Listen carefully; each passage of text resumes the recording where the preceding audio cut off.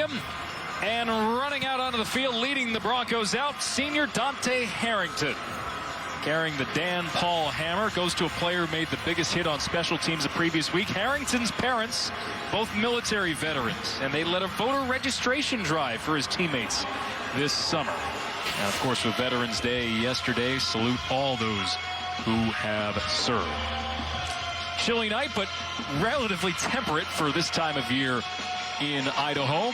And there is the man of the hour for the Broncos, who are facing a bit of a COVID challenge at the moment. They were undermanned last week, and this week 9 players out of the lineup due to positive tests, another bunch out due to contact tracing. There's Brian Harsin, head coach of the Broncos. This has been a tight season. This is the 3rd game in 13 days for Boise State.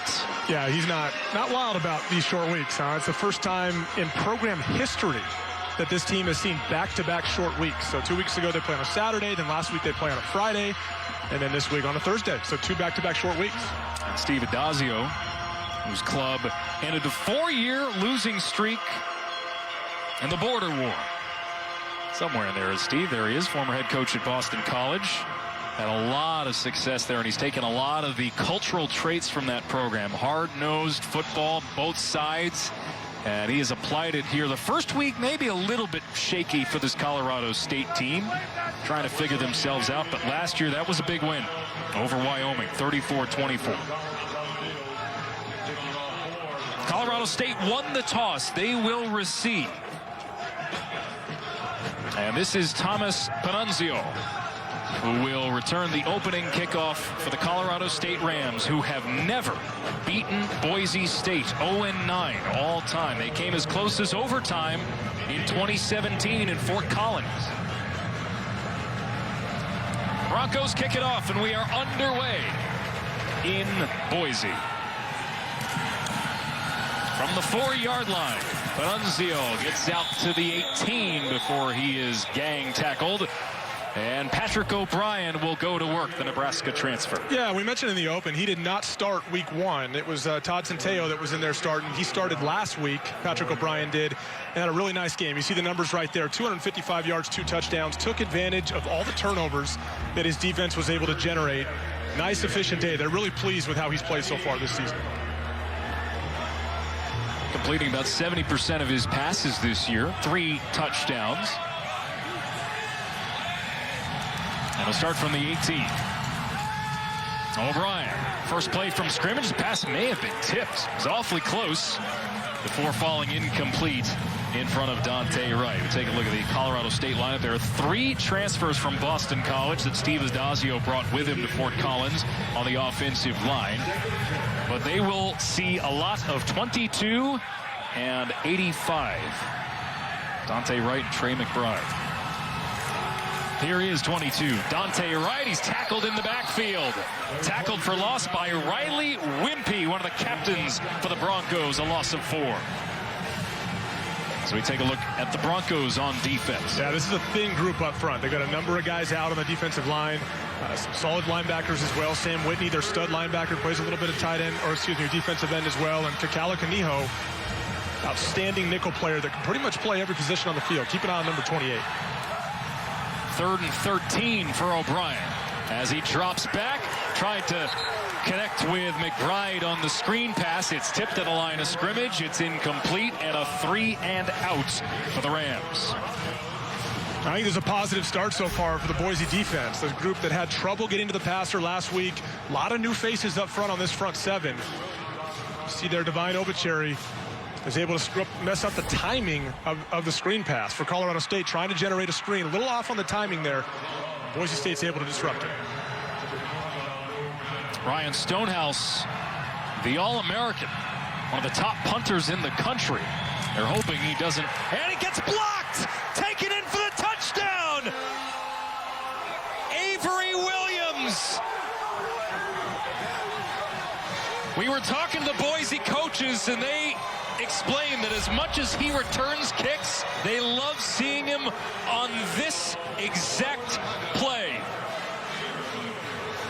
Yeah, one thing you got to keep in mind with 26, he will return punts, but if he's not deep to return a punt, there's a reason, because coming off the edge, this is one of the best special teams players on this roster, and they put him on the edge for a reason, especially when they see stuff in film that jumps out.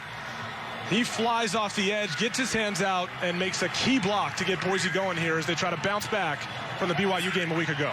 52 seconds into the game, and the second blocked punt of his career results in 7.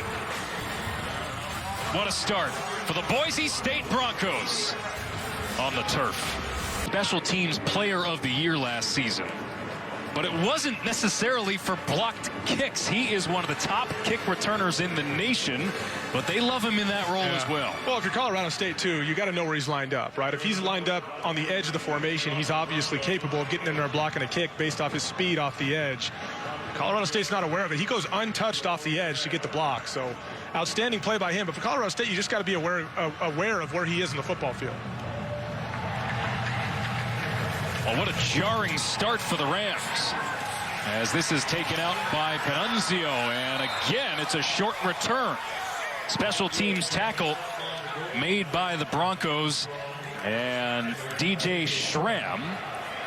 There is a flag on the return, and we'll hear from tonight's referee, Timothy Davis.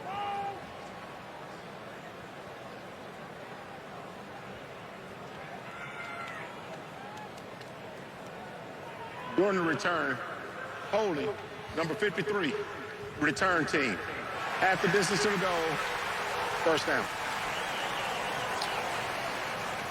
Well, the first drive for Colorado State was disrupted quite a bit. Yeah, a guy you're going to hear us mention a lot today is Kekaula Kaniho, the nickel player. He's one of the hybrid players on defense. Plays both safety, nickel, and the linebacker position. Got great instincts, too. You see him right there sniff out the screen, get his hands in the air. He's a guy we're going to talk about quite a bit today. Just a ball player. Has a great sense of what the offense is trying to do. Certainly one of the most valuable players on the Boise State defense. And he was just named one of the finalists for the Campbell Trophy, the academic Heisman. He can do it all. This will be a pickup of 2 on first down for the Rams. But boy, he is so well regarded by his coaches. First team All Mountain West last year, 61 tackles, and his numbers will continue to get better this season if his early play is any indication.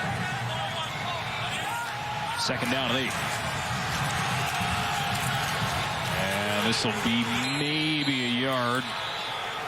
No gain officially for Marcus McElroy, and Colorado State's getting bottled up early. Yeah, you're going to see Colorado State really do all they can to try to establish the run today. It's something Coach DiViddazio really wants to establish. It's in his blood. He's an offensive line coach. He feels his offensive line overall has played well over the course of the year. He wants to see his backs just get a better sense of holes and direction, keep their eyes up, and improve their vision. On third down, O'Brien gets away from the first wave, but not the second, as he tried to take off, and Jalen Walker brings him down. It's another 3 and out. So Patrick O'Brien is a pocket passer, right? The best thing for you to do is keep him in the pocket and collapse that pocket, as you see right there by Shane Irwin, the defensive end coming off the edge. Patrick O'Brien's strength is not mobility. You want to keep him in the pocket, force him to keep his eyes downfield. And if Boise can continue to collapse that pocket like that, they're going to cause some problems for him tonight. All right, no Avery Williams to worry about this time, as Stonehouse gets it away. And they're going to try to make something out of this with a little cross-field pass. And Kaniho lost the football. Colorado State has it. What a chaotic start to this game. Trey McBride with a special teams play.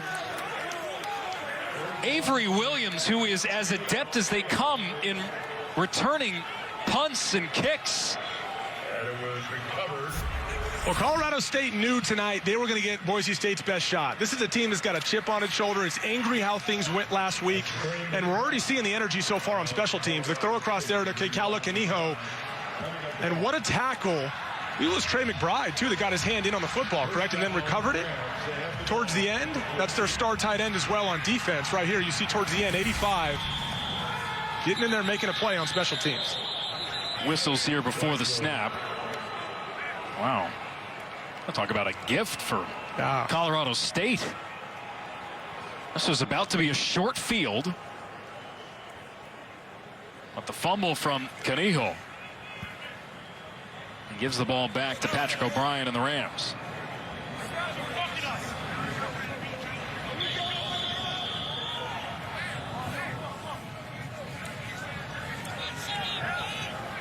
Coaching staff not thrilled with what happened there. Let's see what the situation is. I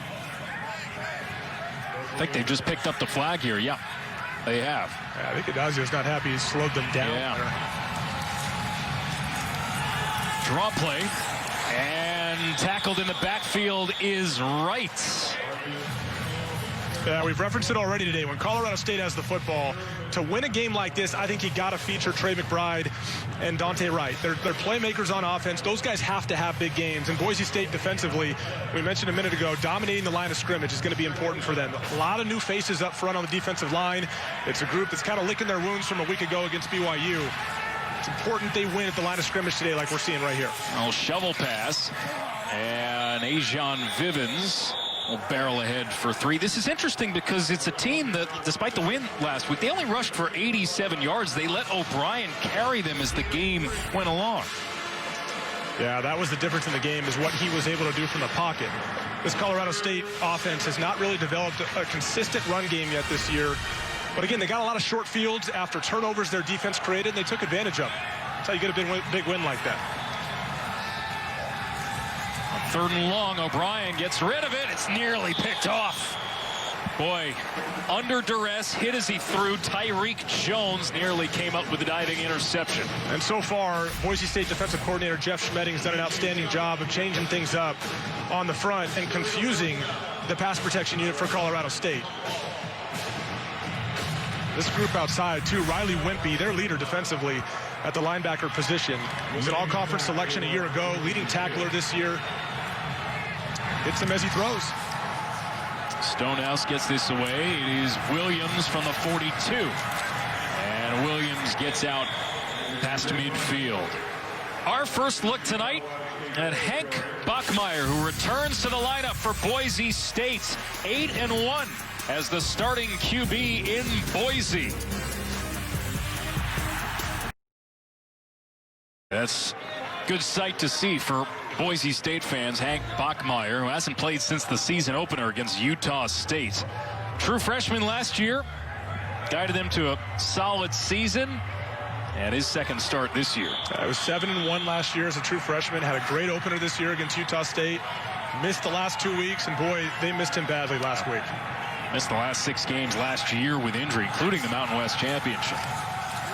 Start with a short field, and the give on first down to Andrew Van Buren, who picks up 3. As we take a look at the Boise State offense there without George Holani. Didn't play against BYU last Friday, Mountain West Freshman of the Year. So it'll likely be Andrew Van Buren who picks up some of the slack on offense. Yeah, without George Holani, the playmaker on this offense, number 2, wide receiver Khalil Shakir.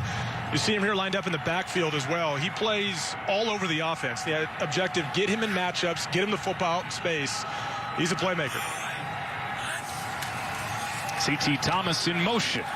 And on and around, gets close to the line to gain. Be 3rd and short as we take a look at the Colorado State defense. Cameron Carter, one of the key linebackers, with Mohamed Kamara. Colorado State team that has allowed 334 pass yards per game. Their opener was supposed to be against New Mexico, and their challenges in getting scheduled, so this is only their 3rd game of the year. So be a first down on the carry for Van Buren as he picks up a couple extra yards after the initial contact. Alex, it's interesting with this Colorado State defense. It's kind of trying to find out, as we see Van Buren here get the first down, it's trying to find out really who they are, right? Because last week, 6 sacks against Wyoming. They held Wyoming to 4 for 15 on 3rd down.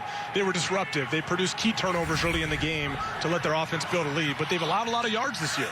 So you take away those turnovers, and there are concerns. So I think tonight's a great barometer to find out really where they are against one of the conference's best. Bachmeier rolls out and connects with one of his wide receiver targets, Stephon Cobbs, the sophomore from Texas. 12-yard gain. See just a little play action rolling out to his right. Bachmeier already looks comfortable.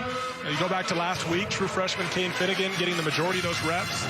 And it's not that Cade Finnegan played poorly. It's just he had kind of that game anxiety comes up. And thought his mental clock, like you guys mentioned last week, had been a little too fast, bailing out of the pocket quicker than I think he should have. And they'll get some stability at that position tonight, Hank.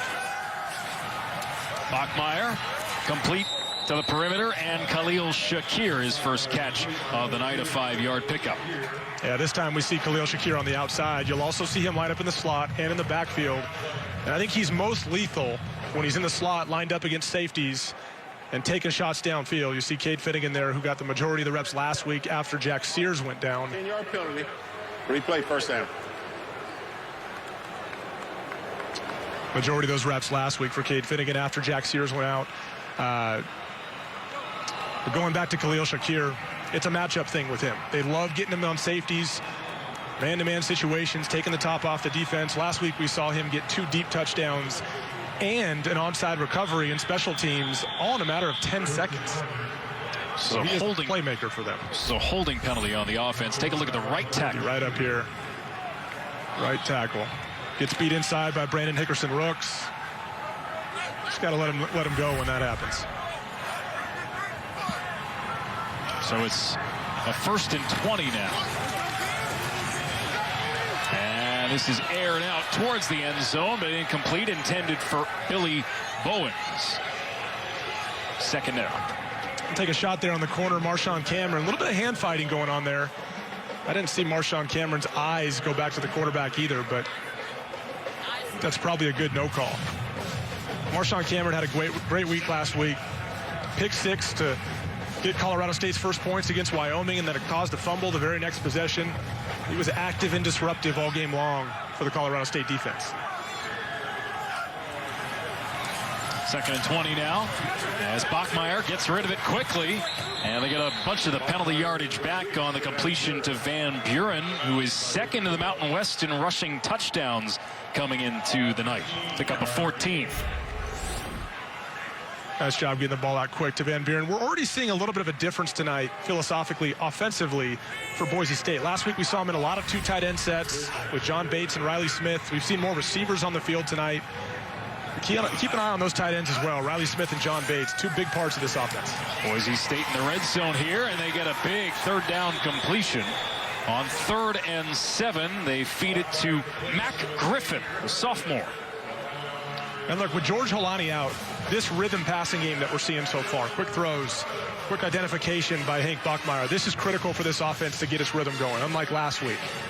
So having him back in the saddle and this rhythm passing game we've seen early has been key for this Boise State offense. Boise State 8 for 8 touchdowns when in the red zone this year. Draw play, and Shakir battles for 2 on 1st down. This is a Boise State team. You know, last week, it's interesting how they would respond. Feeling good, ranked 21 in the country, facing a top 10 opponent, big time stage, and you fall flat. I'd say first couple minutes here. And look, Boise, as we're talking to Brian Harsin, head coach of Boise, Boise also knows, too, that, you know, there's people may sense there's blood in the water, right? This is one of the top teams in the conference for a decade, or the top team in the conference for a decade, and they know people out there think, oh, is this our chance to go up and get a win against Boise? And they are determined to protect this blue turf. I have a 3rd down here. Bit of a quarterback crisis with Bachmeier out. Jack Sears not dressed tonight. They've used 4 different quarterbacks this season, but if they can get through this wave, the way conference play sets up, they will not face Nevada, which by and large looks like the other top team in the league this year. San Diego State always dangerous, but as we had movement both sides up front before the snap. See, this is on.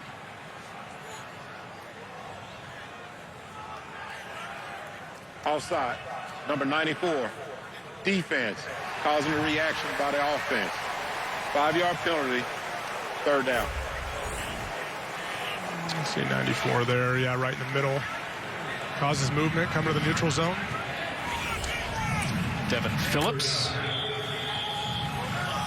who is a veteran on that defensive line. 23 career starts. Shaves a little bit off. A yardage to go. 3rd and 4. 10th play of the drive. Bachmeier to the end zone. And it's a Boise State touchdown for Riley Smith. Just his 2nd career start, and the converted quarterback has the touchdown. Well, they bring the receiver in short motion. It's zone defense, and they just get Colorado State turned around. The corner ends up running inside with that receiver that came in motion. And Riley Smith runs the corner route, and there is nobody within 10 yards of him. They are excited to see what he can do. Redshirt sophomore. Caps off the 10-play, 48-yard drive. And Boise State, this is the first time they've had the ball tonight, but they're already up 14 points. Thanks to the special teams play at the beginning. Bachmeier connects to Smith. 14-0 Broncos.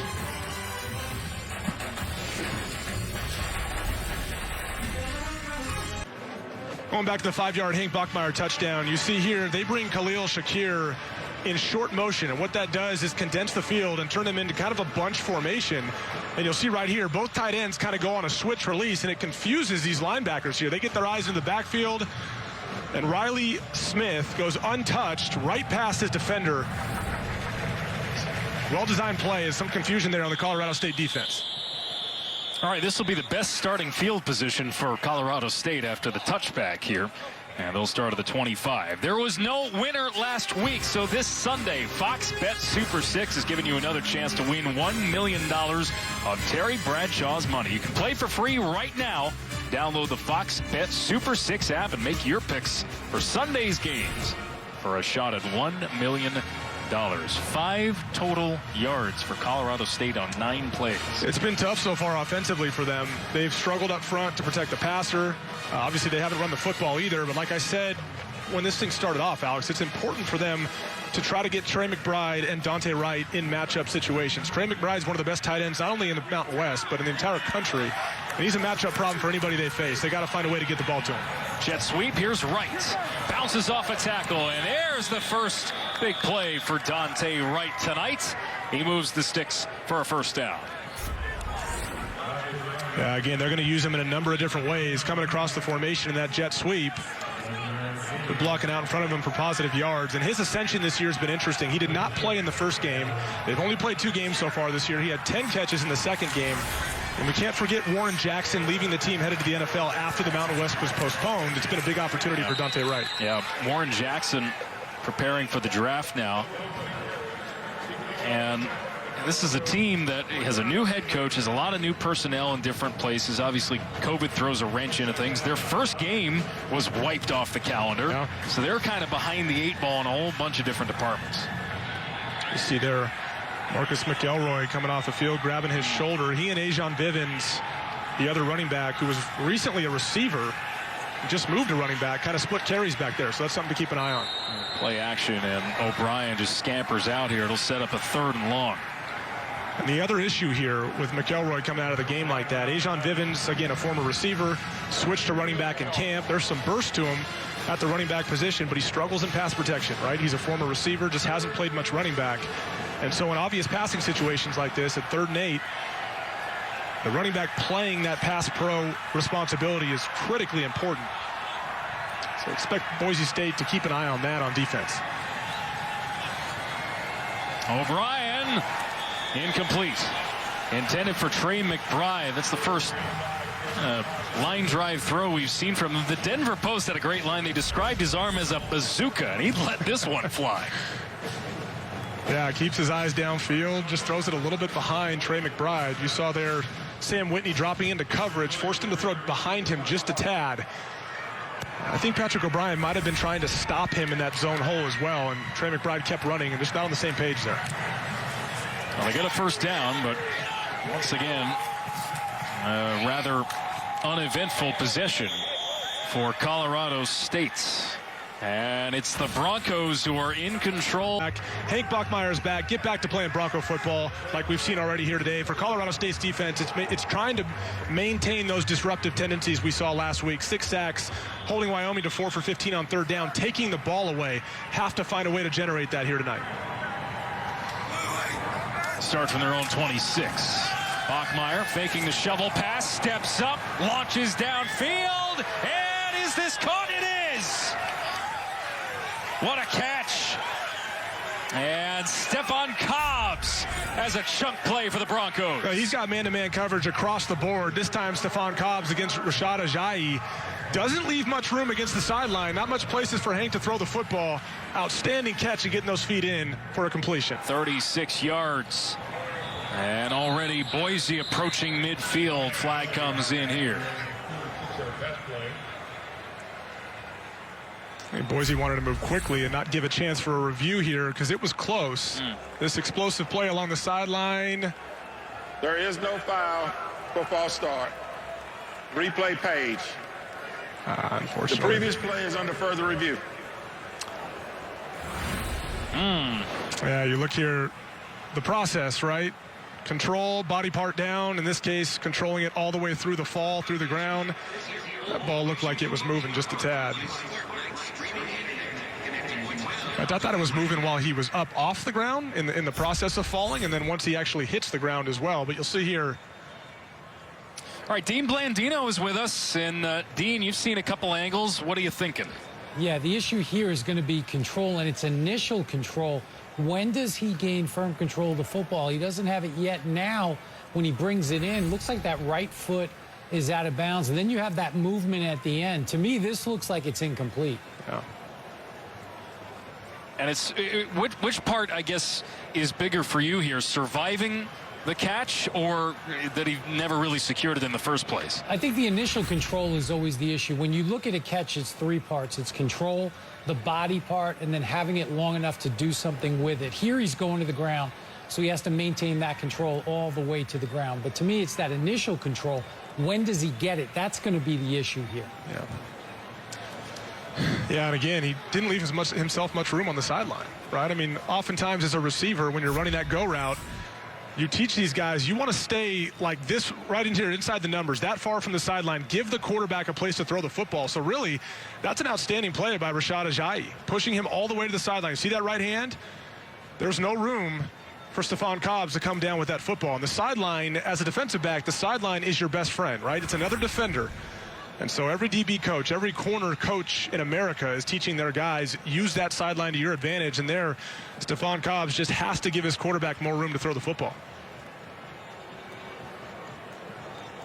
All right, so we shall see on further review if replay booth and folks downstairs agree with Dean Blandino.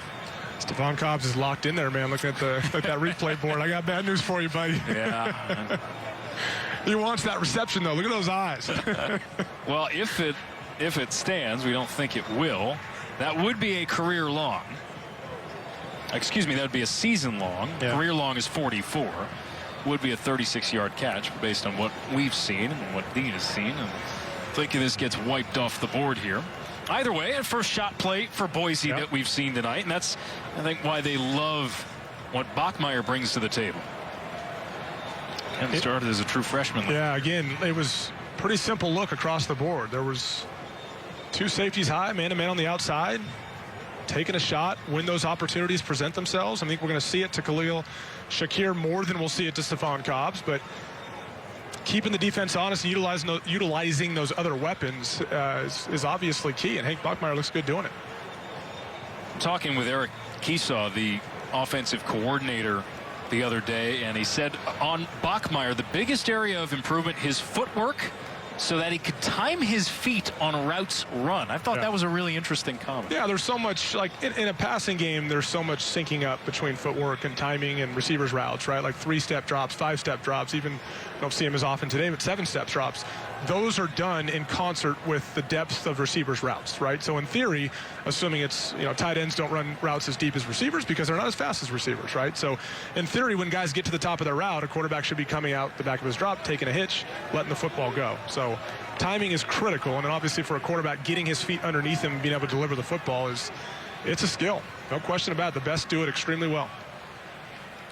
After review, it's an incomplete pass. It's going to be 2nd down and 10 at the 27-yard line. Position 5.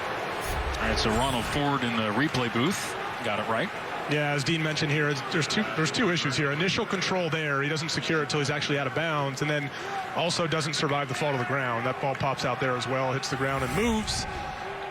Easy call for an incompletion. All right, so it's 2nd down at the Boise 26. Wiping away a 36-yard catch. And Boise changing up their personnel. If you didn't join us at the top of the show, George Holani, their star running back, is out of the lineup. Bachmeier sails this over the head of Khalil Shakir. Incomplete pass. 3rd down coming up. Well, Colorado State electing to bring pressure there as well in the middle of the defense. And the running back, Andrew Van Buren, does a nice job stepping up, taking that off of Hank Bachmeier. Throws just a little bit wide on the outside. The protection so far for an offensive line that only had one returning starter this year and left tackle John Ojukwu, who played right tackle last year. So far it's been solid against this Colorado State defense that got to Wyoming quite a bit last week. Boise was 7 of 18 on 3rd down conversions last week against BYU. As Bachmeier is sacked by Scott Patchen, the transfer from Miami.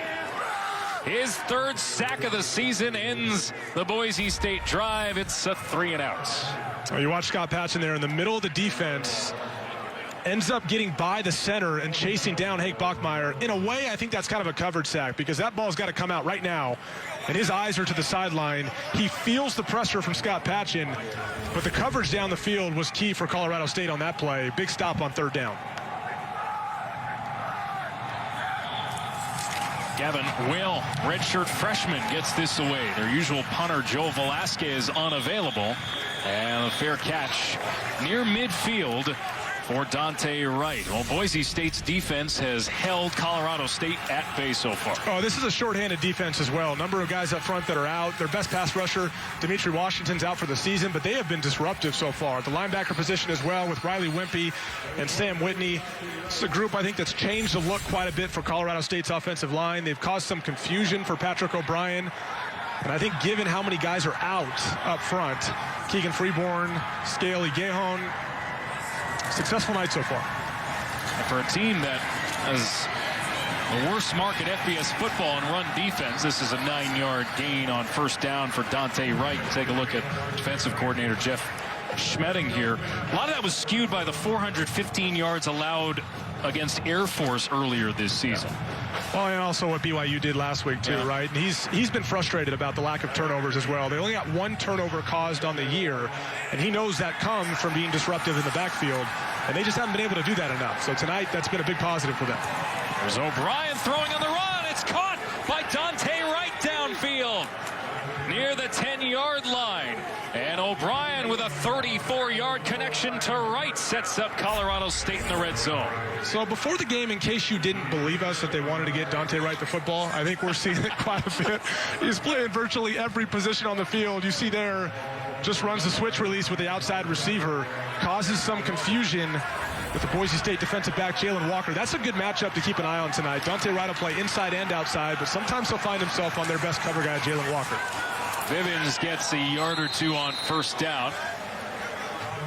The 2nd and 9 coming up here for Colorado State. They had, after the long catch, the ball spotted at the 11-yard line.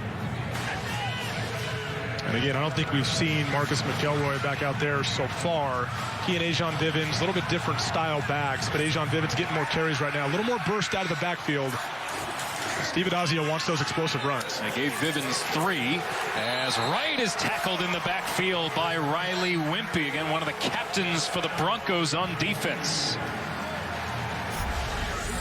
Again, one of the leaders of the defense right here, Riley Wimpy. preseason all-conference player. Does a good job recognizing. He's got his eyes on 22. He's not chasing the misdirection, and on that jet sweep just runs through and make a play. They got to get a body on Riley Wimpy there on the interior of the defense. Wimpy already with 2 tackles for loss. 3rd down and 9. O'Brien surveys, fires, incomplete over the head of Trey McBride, the tight end. And Wyoming, which has struggled in the red zone this year, last in the Mountain West, be forced to kick a field goal. Yeah, they're working on little double moves there. You see on the left side of your screen, 85, Trey McBride running a little stick nod, trying to bend it right in front of the safety. He's a big body, right? So if you got a guy behind him, he's still open. That ball just sails on Patrick O'Brien a little bit, but you got to give him a chance, get that ball down a little bit, because he can put his body in between the defender and the football. That graphic was not wrong. Robert Liss, their kicker, wears 2 left cleats, and with that boot that is blocked, he's going to have to track somebody down. This is Canijo, who makes up for the fumble earlier. Another special teams play for the Broncos. There is a flag. Canijo, 90-plus yards to bring this back.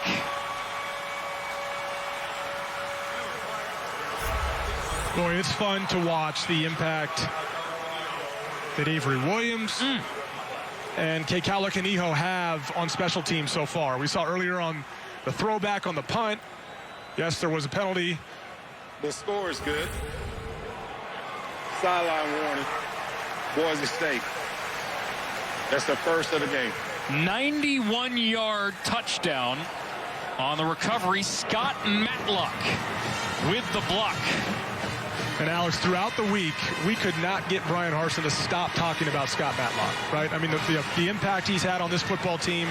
Played sparingly last year, three career tackles entering this season, but he has come into his own this season. He's an impact player on the defensive line. You see him there make a big play on special teams.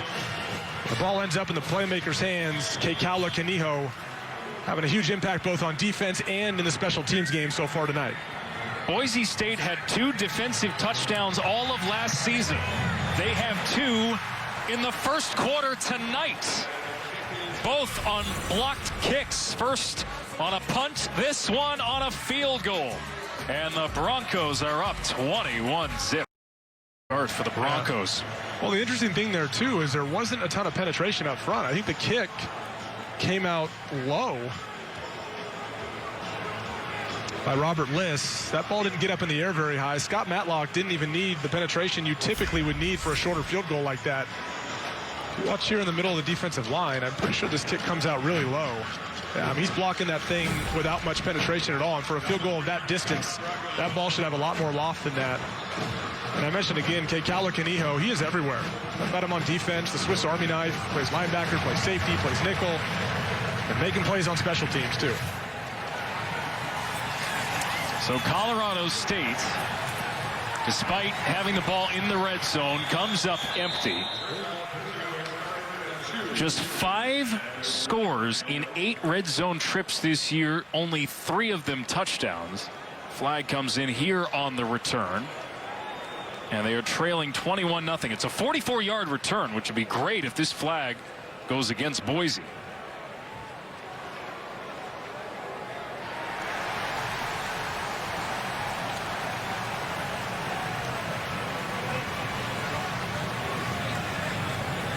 See Steve Adazio there. He's certainly frustrated so far. Interesting conversation with him this week.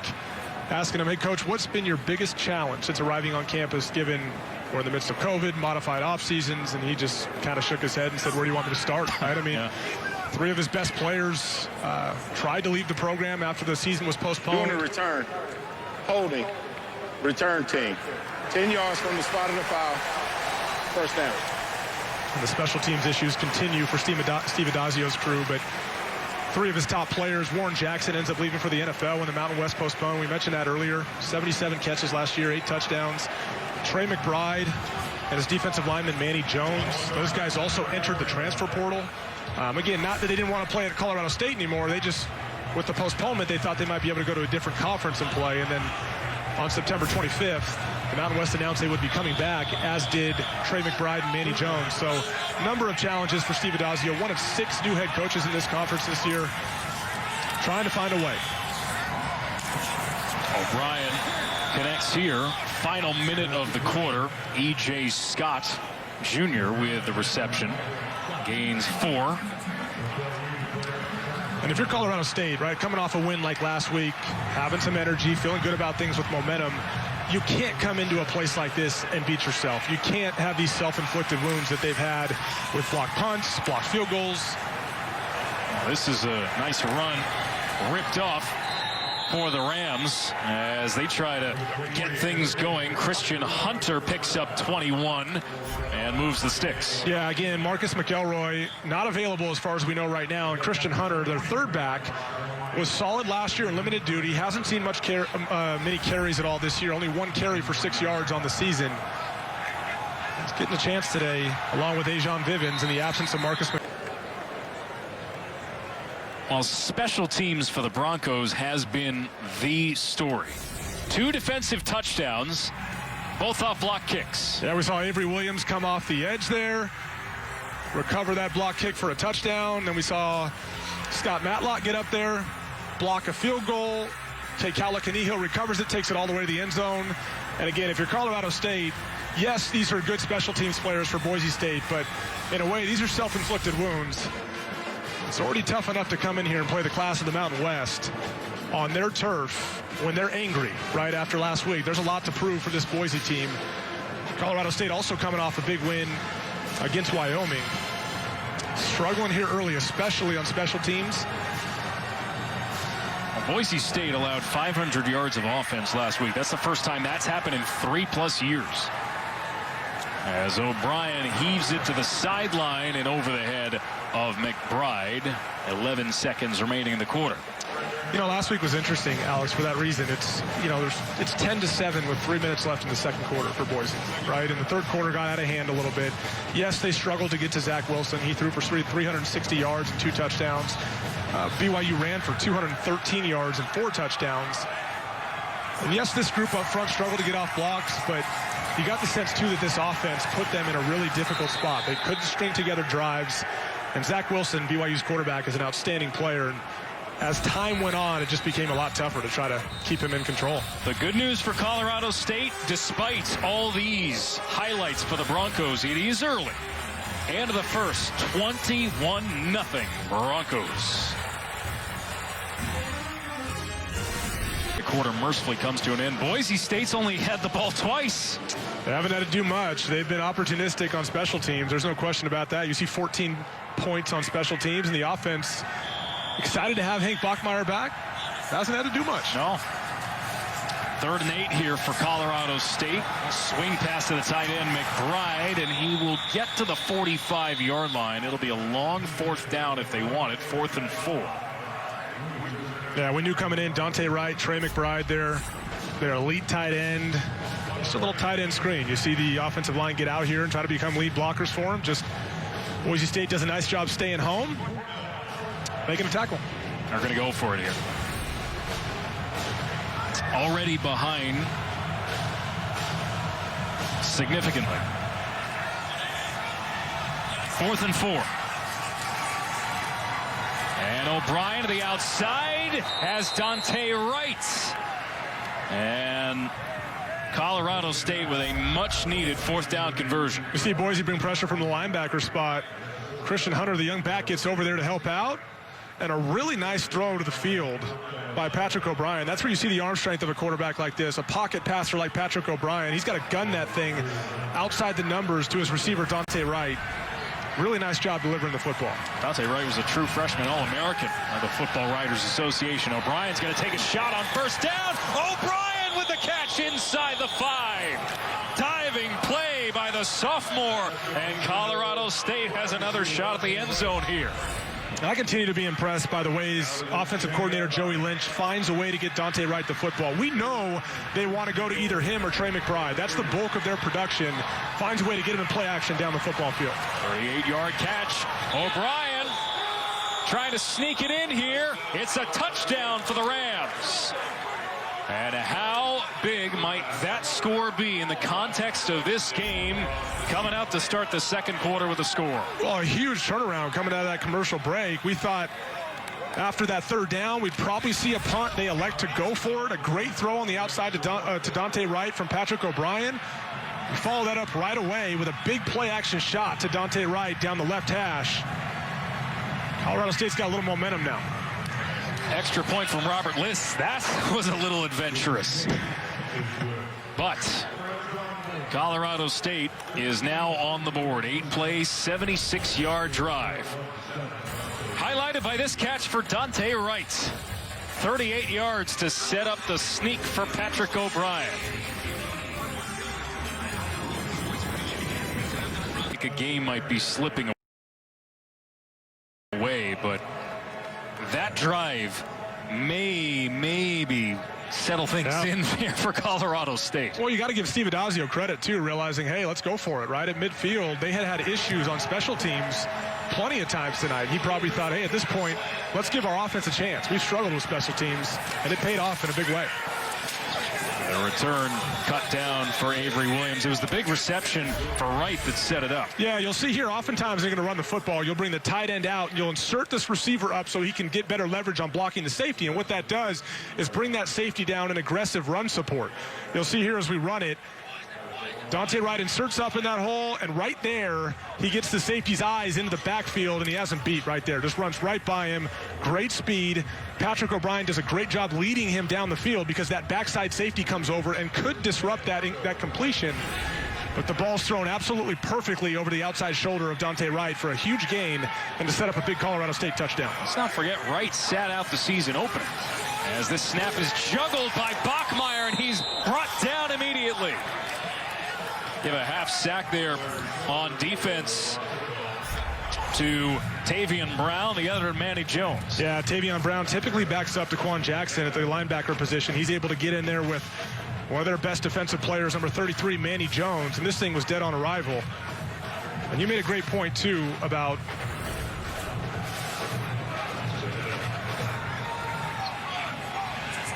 second and 17 here.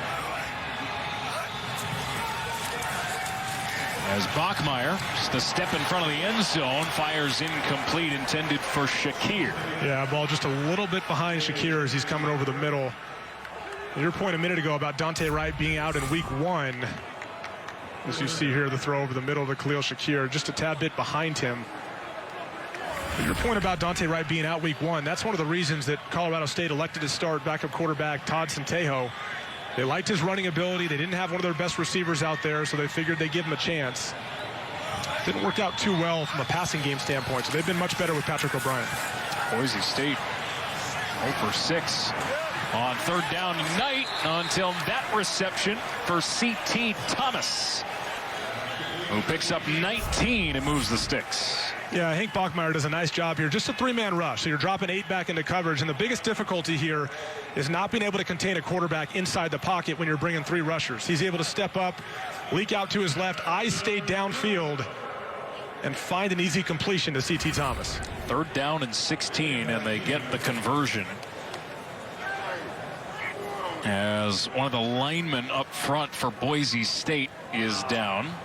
Yeah, I think that's left tackle John Ojukwu. Yeah. Their veteran up front. Yeah. Preseason starter in the offensive line for Boise, the injured player here. Yeah, Scott Patchen does a nice job getting those hands inside, walking him backwards. And it looks like a lower body injury as he tries to plant one of his legs into the ground. And that's a tough loss for them if he's not able to return. That's the only returning starter up front. That's the leader of the defensive line, John Ojukwu. Let's keep an eye on that. Boise State team that is thin at all positions. Luckily for them, not so much at quarterback anymore, with Bachmeier completing a dart to Stefan Cobbs for 8. Yeah, the challenge here for Colorado State, I mentioned earlier, you want to be disruptive like you were last week against Wyoming, and a lot of that was because they were willing to bring pressure in key situations and confuse the Wyoming quarterback. And so you got to pick and choose those opportunities there. You bring pressure against Hank Bachmeier. Does a nice job diagnosing what he's seeing, getting the football out. 2nd and 1. We'll end around here for Shakir. He has the first down and more. Cuts up midfield.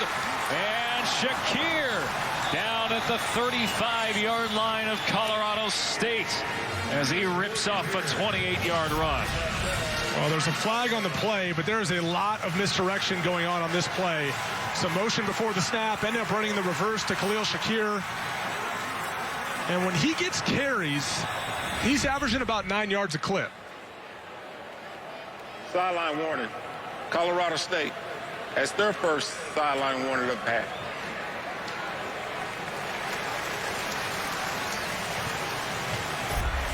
We'll see here. There's a motion coming around. A lot of misdirection going on. And then the toss on the reverse to Khalil Shakir. And again, getting carries. He's at 9 yards a carry this year out of the backfield. That's a formula that works for them. We're seeing two offenses now.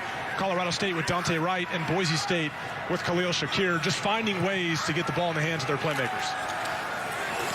Quick throw, it's Shakir, and he's met immediately by Henry Blackburn. Gain of 2, but the freshman stopped him right away. We'll say in college football, coaches love tunnel screens, right? Even to the boundary like this, it's just a little tunnel screen to the receiver, and the offensive line's got to release and get out and block for him. As a viewer, it's kind of a frustrating thing to watch because tunnel screens, I just don't think they're very effective very often. I know they like to run them to the boundary like that, but in that case, it's identified quickly by the Colorado State defense. Rams rush 5, and Bachmeier is swarmed. Brought down by Carter, who's coming off a career-high 11 tackles against Wyoming. This is a 3-yard loss. Yeah, you'll see just a replay here, and Scott Patchen up top. That's who Hank Bachmeier is reading. Scott Patchen does a nice job baiting him into keeping the football and staying home. The Miami transfer has been a big addition to this defense this year. He was a June arrival. He was not able to arrive early before the amount of spring football that they actually had. A big addition to this defense. That's a big play for a loss.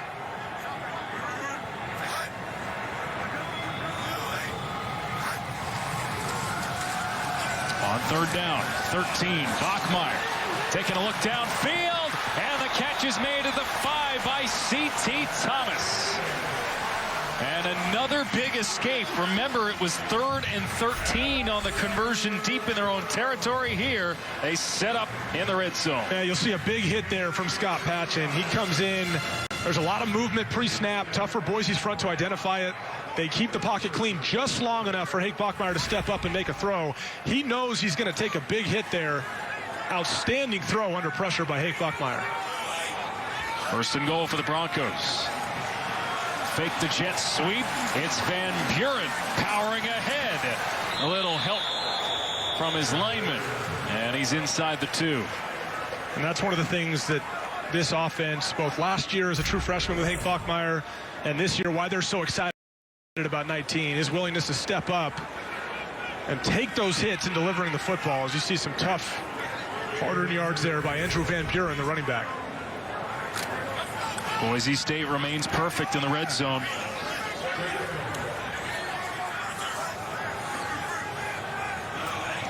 Second and goal from the 2. A pitch to the back, and Van Buren is in for the touchdown. 10 trips to the red zone, 10 touchdowns for the Broncos. And they're an extra point from 28-7.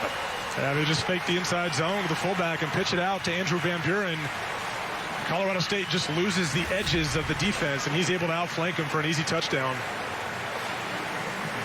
And again, this was set up by an outstanding throw from quarterback Hank Bachmeier in the face of pressure deep down the field to his wide receiver, C.T. Thomas. 85 yards, including 2 huge 3rd down conversions for Boise State. Capped off by this run from Andrew Van Buren. And the Broncos reestablish a 3-possession lead. Alex Faust and Evan Moore here with you. The 2 big 3rd down conversions highlighted that drive, didn't they? No question. And again, we mentioned the throw by Hank Bachmeier out on the perimeter to C.T. Thomas in the face of pressure. Colorado State did a nice job of mixing their fronts, creating a little bit of confusion. Didn't fake Hank one bit, willing to step up and make that throw to set up a touchdown. Great play. This will be taken from the 8-yard line. Panunzio. Oh, that's a heady tackle on special teams for the Broncos. As we remind you, Fox Sports proudly salutes those who serve our country. In honor of Veterans Day, Fox Sports is working with U.S. Vets, the nation's largest nonprofit provider of comprehensive services to homeless and at-risk veterans to ensure food stability for veterans through the holiday season. Learn how you can help by visiting usvetsinc.org. Well, the total yardage, the total offense would be deceiving. Boise State's leading by a bunch. O'Brien, that's another big completion to his favorite target, Dante Wright. And the Rams, boy, they're feeding a lot to him, and why not? And give offensive coordinator Joey Lynch credit. They're on the play action. He gets 3 verticals on the left side of the field. Dante Wright finds himself out in isolation once again. That time against J.L. Skinner, the safety, and that's a matchup they want to exploit. You can catch your best receiver out in space on a safety. Again, credit goes to the offensive coordinator for scheming that one up. That's an outstanding play design and a good execution by Patrick O'Brien. Now over 100 yards receiving. This is off his fingertips. Could have been dangerous. And again, it's fascinating to see the different roles that Dante Wright plays. When you're really committed to getting a playmaker the football, you see him come across the formation here in play action. A little bit of a slide route out in the flat. That's typically a route a tight end would run. But given his versatility, his quickness, his ability to make plays in space, and often lack of production in other positions, this is what you got to do. So Joey Lynch finding ways. O'Brien to the outside. This is Wright again. This time he's tackled by Riley Wimpy after a gain of just 1. Starting to feel like he's everywhere. Omnipresent, all over the place, 22. There you see him again coming across the formation in kind of a jet motion out in the flat, and a nice open field tackle by linebacker Riley Wimpy. Their leading tackler this year does a really nice job out in space against an elusive player. Colorado State 0 for 6 tonight on 3rd down as O'Brien is picked off. J.L. Skinner with the interception. And yet another Boise State play defensively. It's been a nightmare for Colorado State tonight. Well, this is Patrick O'Brien trying to get it to the other playmaker on this offense, 85, Trey McBride, and this time he forces it. It's on the bang 8 route, which is a 7-step post route to the middle of the field. And you see there the safety, J.L. Skinner's got his eyes on Patrick McBride the entire time in zone coverage. If you're going to throw that way to Trey McBride, they already know that's where you want to go. Those eyes have to start to the right side of the field to move that safety. He's not able to do that. And J.L. Skinner does a great job reading those eyes and coming in for the interception. Well, it might be just the first turnover, but you toss in the 2 block kicks, and Boise State's defense has stepped up big time. Now a short field for Bachmeier and company. Run on 1st down. There's a flag on the play here, as the first touch of the night. Danny Smith might be taken back. Yeah. Beg your pardon, this is Tyler Crow. For illegal formation. 2nd down. Let's go back to the interception. Yeah, I mentioned the eyes of the safety, J.L. Skinner, and reading the quarterback. You'll see here, watch his eyes right there. They never really go to the right side of the field. They go right over to Trey McBride. Now we'll see it from the other direction. J.L. Skinner, the safety, right here. Look at him. He's just staring right in the eyes of Patrick O'Brien. Does a great job of reading him, telegraphing that pass. And again, they're already tilting Trey McBride's way anyway. When you split him outside, you're doing it to get him the football. Tight end split outside like that. Nice job by J.L. Skinner. Bachmeier with the pocket collapsing, heaves it downfield into coverage. A little underthrown and eventually broken up.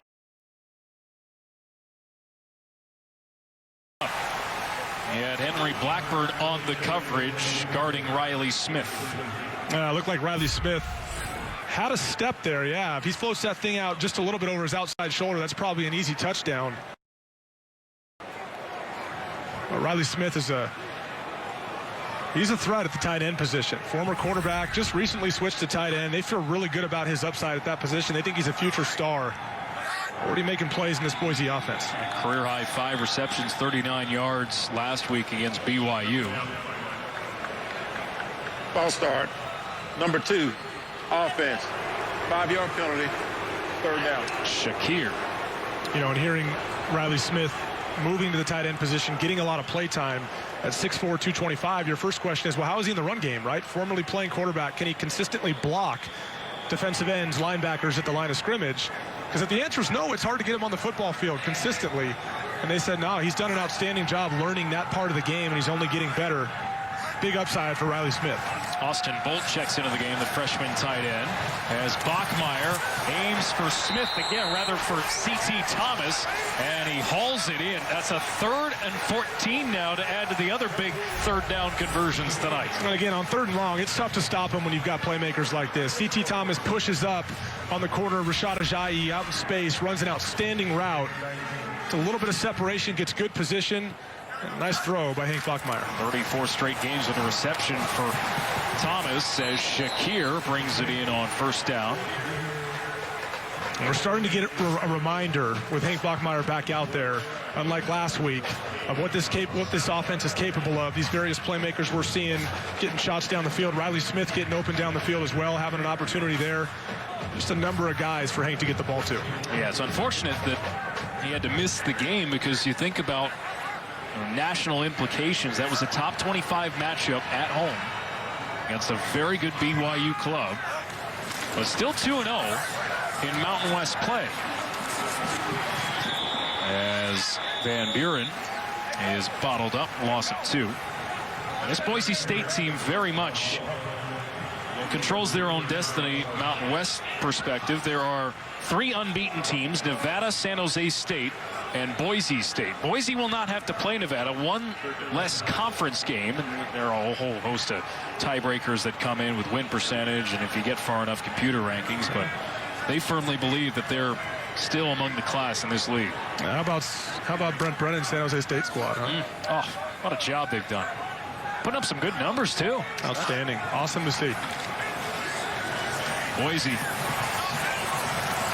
6 of 7, now 7 of 8 on 3rd down tonight, as Thomas bursts through. Well, we've seen a number of these misdirection plays, whether it's as a reverse or whether it's just simple jet motion. We've seen receivers come across the formation, take handoffs. We've seen Khalil Shakir do it. And reason being, they like these guys' speed and their ability to get to the perimeter. If you can beat those guys to the edge of a defense, it equals big yards. And the guys that hold the edge of this defense for Colorado State, whether it's Brandon Hickerson-Rooks, number 15, or Scott Patchen, number 1, Boise clearly feels good about their ability to outrun those guys. Quick out of the huddle. Fake pass, and Van Buren slips a tackle, slips by another, and is out at the 2-yard line. It's that trademark trickery from Boise, isn't it? I got to chuckle at that a little bit. Have we seen a little Statue of Liberty action from Boise State before? Have we seen this before, possibly down in the state of Arizona for a Fiesta Bowl, I believe it was, with Ian Johnson? We've been there before. I think this is where you see, you know, Eric Keesaw, their offensive coordinator, and their head coach Brian Harsin. A little sense of humor, too. Yeah, you expect it to be effective, but you know you give us a chuckle up here when you do something like that. Is this a touchdown for Riley Smith? Just short. We might have to dig in. Might have to dig into the archives a little bit to find that play later today to show that Statue of Liberty where that thing started for the Boise State Broncos. He took a wildcat snap here, Smith did. Again, Riley Smith, former quarterback, comfortable taking a shotgun snap. Direct snap to him. Fakes the handoff, tries to get up, and nice job of the Colorado State defense getting a stop. I guess if you're a former quarterback, it doesn't really count as That's wildcat. right. That's right. Ball at the half-yard line, 3rd and goal. And Colorado State comes up with the stop. Manny Jones met Van Buren at the point of attack.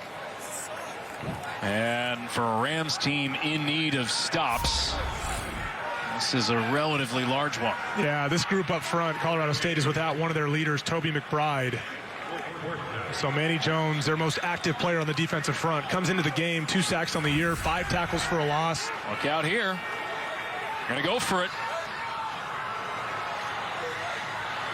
Trying to pour it on here in the first half. And it's a touchdown for Van Buren.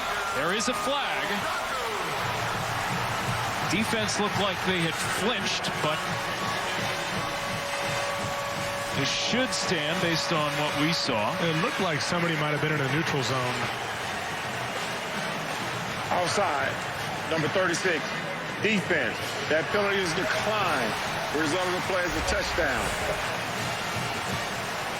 Now you see the Colorado State player come off the edge. Just nothing more than what I think would have developed into a speed option. That ball comes out quick to Andrew Van Buren. The Colorado State defender commits 100% to Hake Buckmeyer, and there's nobody else on the edge to stop Van Buren from walking into the end zone. Tell you what, Holani may not be available, but Van Buren, that's his 5th touchdown on the season. That's just one behind Ronnie Rivers at Fresno State for the most game without a little Statue of Liberty thrown in there on the last go with drive. it, right? 35-7, Van Buren's second score. Yeah, it wasn't effective. Didn't score. But I love it. Right, going back to the 2007 team that beat an Oklahoma team in the Fiesta Bowl. Seeing Johnson, Jared Zabransky. Same action. End up scoring there on speed option, though. Nice play. Nice read by Hake Buckmeyer to the outside. Easy touchdown for Andrew Van Buren. 35 first half points, and there's a fumble on the kickoff.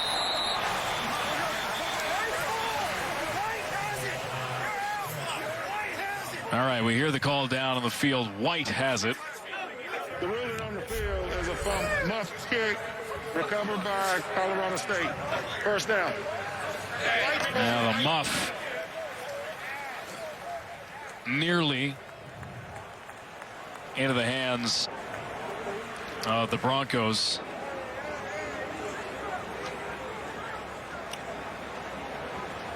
Tyler Crow on special teams trying to make a play. Well, if you're John Goodman, the Colorado State special teams coordinator, you are up in arms about what you've seen today, the mistakes, right? It's already resulted in 14 points.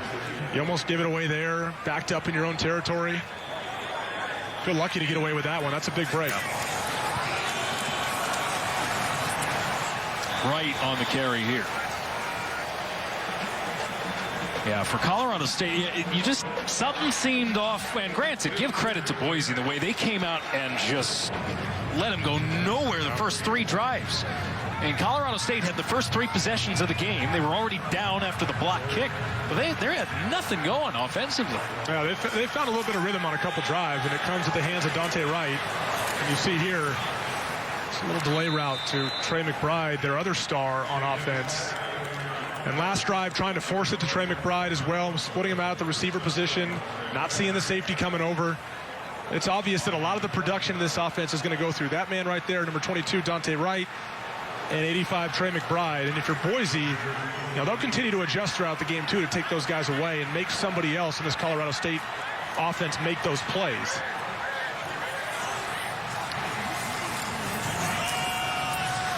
Vivens picks up 6 on first down. See here, Vivens in the backfield, just a slight hesitation, wait for that thing to open up and shoot through. And Ajon Vivens again switches to running back about 3 weeks before their first game, primarily a slot receiver. Still learning how to play the position. He's a natural ball carrier with the ball in his hands, learning in pass protection. And with their other back, Marcus McElroy, the more pure running back, with him out right now. We haven't seen him come in since that shoulder issue earlier. Ajon's going to get a big load here. O'Brien, fumble, strip sacked, and then recovered by Vivens.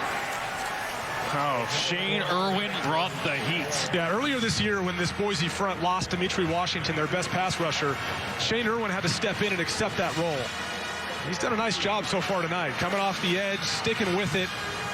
Patrick O'Brien clearly holds onto the ball too long, but you see at the bottom of your screen, number 55, beating the left tackle Keith Williams around the edge and staying with it, retracing his steps, getting to the quarterback for a big play.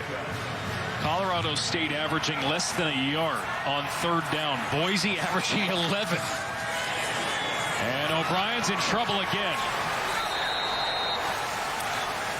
This time Ezekiel Noah, coming off an ACL tear last year,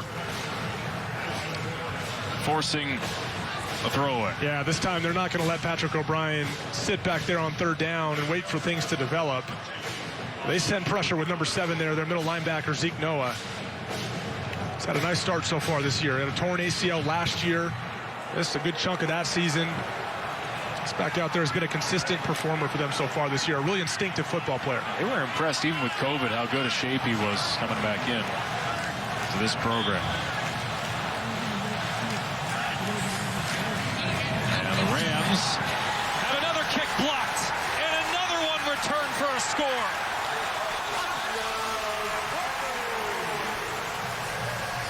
It's DJ Schramm on the recovery, and the third block kick for the Broncos tonight results in another score. Flying off the edge, I believe that's 26 again, isn't it? Yes, Williams. Boy, oh boy. Okay, when Avery Williams is up on the line of scrimmage in a punt formation, you have to be aware of where he is. Otherwise, he'd be back returning punts. If they bring him up to the line of scrimmage, they're identifying an opportunity to fly off the edge. And once again, like earlier in the game, he comes off the edge untouched. Times up the snap really well. He's got exceptional speed off the edge, has a knack for these types of plays, and Colorado State again fails to account for him on the edge. What a sensational night for Avery Williams. His second block. Boise's third score off a blocked kick. Wow. To Brian Harsin about Avery Williams. Super coachable. He's talking about how he actually asked to be in the coach's room during their meeting so he could kind of understand, well, how are you going over film? What are you scheming out? Maybe, maybe I can collaborate with you guys on something. They are so impressed by what he brings. Well, he keeps this up. He's not going to have to be a coach anytime soon. I was going to say, like they said, he might have a future in coaching. Keep doing what you're doing, buddy. I think he's good at this. Goodness. He's also a good corner, too. Can't forget that. Yeah. And again, we talked about him coming up on the line of scrimmage. Here he is out here. It's simply a numbers game. 1, 2, 3, 4, 5, 6 on the outside. They only have 1, 2, 3 blockers there to seal the edge off that side. And you realize Boise State, from a special team standpoint, they're looking at it. They see that from up high. Their special teams coordinator does, and identifies that issue. That was likely a game plan thing, and they saw it once again, bring him down on that side off the edge of the line of scrimmage. And if he goes untouched, a lot of guys don't have the speed to get there. If he goes untouched, he's going to block that kick. Colorado State has to make an adjustment. Well, we asked at the top of the show whether Boise State would bounce back. I'd say they've done so and then some. Certainly didn't expect it to come in the form of 21 points on special teams, right? And we almost saw, the fumbled kickoff return. The last time Colorado State caught the ball, I just thought we'd see an offensive explosion with Hake Bachmeier. We haven't even needed to see that tonight from Boise. I mean, even so, Boise's only had 4 possessions. It's nuts. As we look ahead to our State Farm halftime show, look ahead to a busy slate of games on Fox at FS1. Nebraska's team motto and Urban Meyer's playbook. Incomplete pass here out of the hands of Trey McBride. And for Colorado State, boy, do they have to be wondering what hit them. Yeah. Well, it's frustrating for them at this point, too, because Steve Addazio, his roots lie in coaching the offensive line. He's a run game guy first. He wants his team to be able to run the football. And when you're down as much as they are right now, you kind of have to abandon what your plan was coming in. Now they have to spread it out and try to throw the football. Boise State knows what they want to do. They're coming after Patrick O'Brien. It's a tough out. O'Brien brought down here. 33 seconds left in the half. Clock will stop to move the chains. Colorado State just want to get something positive here. He felt like when this game was 21-0, Colorado State and that drive, the 38-yard catch for Wright. O'Brien with the quarterback sneak. It was 21-7 at that point. That is the second charge timeout for Boise State. But it has gone south since then. Timeout here for the Broncos in conference play, and still with destiny in their own hands in this shortened season. First down at midfield for Colorado State. 20 seconds on the clock. They still have all 3 timeouts. And O'Brien throws this away. What a frustrating night it must be for Patrick O'Brien, too. A guy who started the last 9 games of 2019. Came off the bench, as we talked about, to open this season at Fresno State. He had missed some time in camp, Steve Addazio had said, but came back, had a nice game against Wyoming. Tonight, just no run support. Final timeout here for Boise. That is Boise State, 3rd timeout of the half.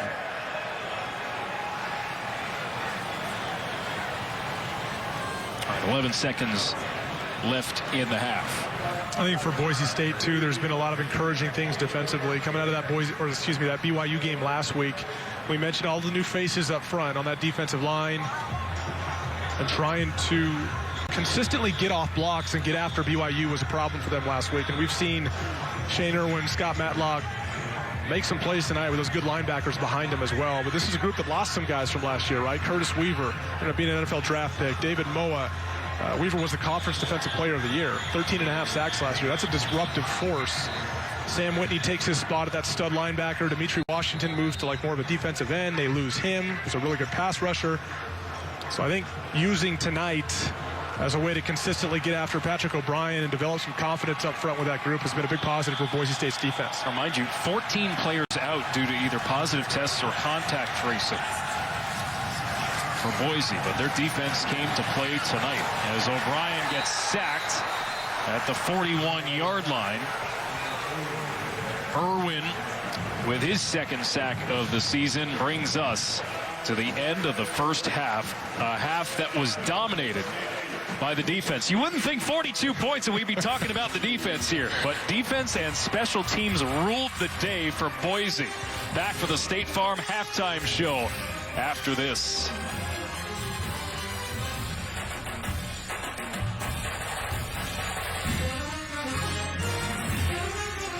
Presented by Rocket Mortgage. For the personalized playbook on home loans, Rocket can. How about the 3rd down conversions tonight? You know, last week, this Colorado State defense was outstanding against Wyoming on 3rd down, holding them to just 4 for 15. But tonight, the Boise offense has been in 3rd and 13 or more 3 times. They've converted all 3 for a total of 71 yards.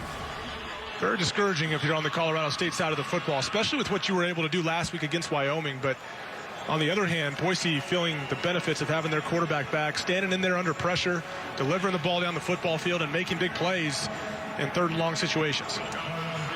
Block punt, block field goal, block punt, the big special teams plays. And those 3 3rd down conversions, I mean, those are the big plays of the game. 6 of them. And it's explained the score in many respects. Colorado State kicks off here. And this is Avery Williams from the 3. Williams, the top kick returners as well. I know he's made special teams plays with those 2 blocks, but he has 2 punt return for TDs last year, 4 in his career, 2 kickoff returns for touchdowns. And boy, Hank Bachmeier, he hasn't had to do much, but he's had a good night regardless. Yeah, he's been efficient. You see there, too, with Khalil Shakir and C.T. Thomas. You see the carries there for Khalil Shakir. You know, we mentioned no George Holani, Andrew Van Buren, the other running back that's in there getting the bulk of the carries, but they've also found ways to get the ball in Shakir's hand out of the backfield. Coming into the game, averaging 9 yards a carry when he gets the ball in the backfield. So, worked out well for the Boise offense. Bachmeier in the gun, and on 1st down, it's Van Buren who already has a pair of scores here tonight, up to 5 on the season. Pickup of 8. Yeah, it's a tip of the hat, too, to offensive coordinator Eric Keesaw in identifying, you know, Van Buren's a good back, but they lose a little bit of explosiveness and elusiveness with George Holani when he is out. finding a way to get some of those receivers into the backfield and get some of that explosiveness out on the edge has paid off well for Boise today. Flag here for the snap. Probably a false start. And it is. False start, number 73, offense. 5-yard penalty, second down. Now, Alex, one of the other faces we have not seen tonight, I don't believe we've seen him at all, is tight end number 85, John Bates, one of their leaders on offense. He's on the Mackey watch list. Just an all-around tight end. Left last week with an injury. He was supposed to be available tonight, but it's been mostly Riley Smith and Tyneil Hopper, number 88, that have been filling in tight end duties. And I'd say at this point, if we have not seen him yet, we probably will not see him tonight. There he is. Dressed out, ready to go. Doesn't look like he's been sweating, though. Bachmeier airs it out. And it's just behind the intended target, Billy Bowens, sophomore from Redlands, California. Yeah, they had a shot there. Billy Bowens had a step on corner Rashad Ajayi. You see he's getting beat. Throw goes to his back shoulder. Usually when you get a guy beat like that, throw it out there and let him run to it. Low underthrown by Hank Bachmeier. Well, it's so interesting. It's another 3rd and long here. Colorado State this year, opponents were averaging 8.5 yards to go on 3rd down. That's the most in the conference. And Bachmeier's unable to get away here. And until this stop, realistically, Boise's been shredding them on 3rd down. Sack here will make it a 3-and-out for the Broncos. Well, if you're defensive coordinator Chuck Heater and you see the issues they're having on 3rd down, you try to find a way to change up the fronts a little bit and bring some pressure and not let them stand in there and make those throws. Earlier in the game, we saw them rush 3, drop 8 into coverage. They didn't get to Hank Bachmeier, so he's able to move around and create space and keep his eyes down the field and eventually find a receiver come open late. There, they do a nice job collapsing the pocket with pressure and bringing him down. From the 30, this is right. Going nowhere on the return.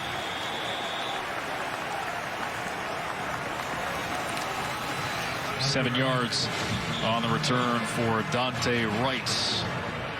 And an injury for Boise State on special teams. This is Tyreek Jones.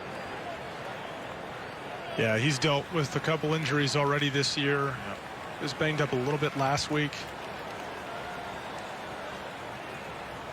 You see him here playing special teams, and Boise will do that with their starting defensive players, put them on special teams. You see right there. Ooh. Looks like ends up colliding with the leg of his teammate. We'll step aside.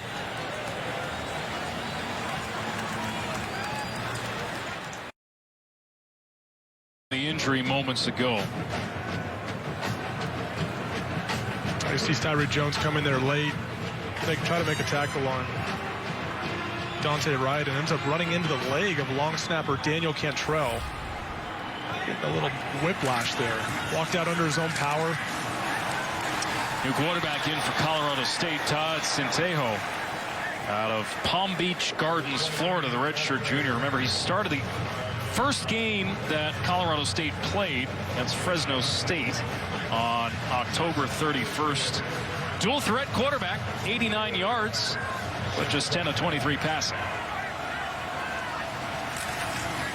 See if they change up the look here. As a hole opens for Ajon Vivens. Crossing midfield, and Vivens down at the Boise State 43. Yeah, you're going to see, given the dual threat nature of what Todd Centejo presents, there's going to be a little bit of a lag on the backside, given his ability to keep the football in these read plays. They pull the backside guard and tackle around. Nice lead block for Ajon Vivens. And again, he gets a good block. Finds a seam in the end and gets another first down. Yeah, we thought we might see Todd Centejo today after seeing him start week one. Week one, it was kind of a necessity thing. They didn't have receivers healthy. Dante Wright was out as well. They wanted to start that dual threat quarterback and possibly get some rushing yards. He had 80 yards rushing in week one. You see him here now getting the chance to mix things up in the run game. Pulls it back and makes a man miss. Well, that's part of why you may see Centejo even if the score isn't lopsided this year. You see there, he puts that backside defender, Shane Irwin, in a bind there. Shane Irwin's got his eyes on the quarterback, and that guy's unblocked for a reason. Todd Centejo's responsible for him. If he folds, Todd Centejo keeps the football, gets outside. He executes that really well. This is an adjustment that Boise State's defense is going to have to make on the fly, right? Previously going against Patrick O'Brien, assuming they would see him for most of the game, kind of your classic pocket passer. And now you get a dual threat quarterback that doesn't necessarily scare you throwing the ball down the field, even though he can push it down the field. But with his legs, it becomes a different threat at the quarterback position. Play action, Centejo calling the number of right on the far corner of the end zone near the pylon, but incomplete. Yeah, floated that just over the outstretched hands of Dante Wright. And again, Todd Centejo will occasionally wow you with a throw. Like, the ability is certainly there. It's just developing consistency with him. As a transfer from Temple, coaches were generally happy, especially with how he ran the ball in week 1. Got him on the move right now on 3rd and 8. He has to get a 3rd down conversion tonight. As this pass is caught for the touchdown, Trey McBride with his 4th score this year. It's a 21-yard touchdown for McBride, and Colorado State starts the half getting a 3 and out and a score. Yeah, just rolling out to the right. It's well protected off the edge. And again, when Todd Centejo gets out of the pocket and rolls outside, the Boise's defense is thinking, okay, this guy's likely going to run. He does a nice job in the face of pressure, keeping his eyes down the field, delivering a nice throw to Trey McBride. Extra point is good.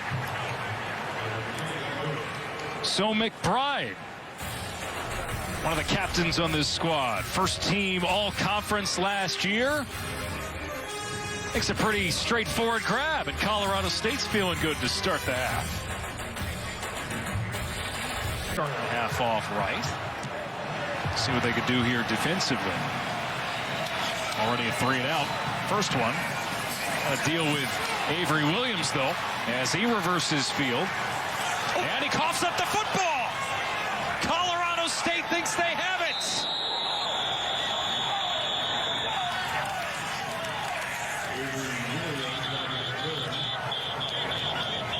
Well.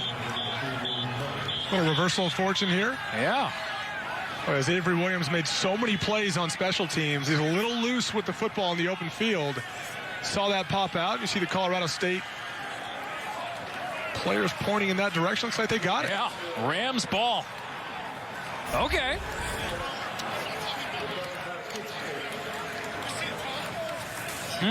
Really nice job.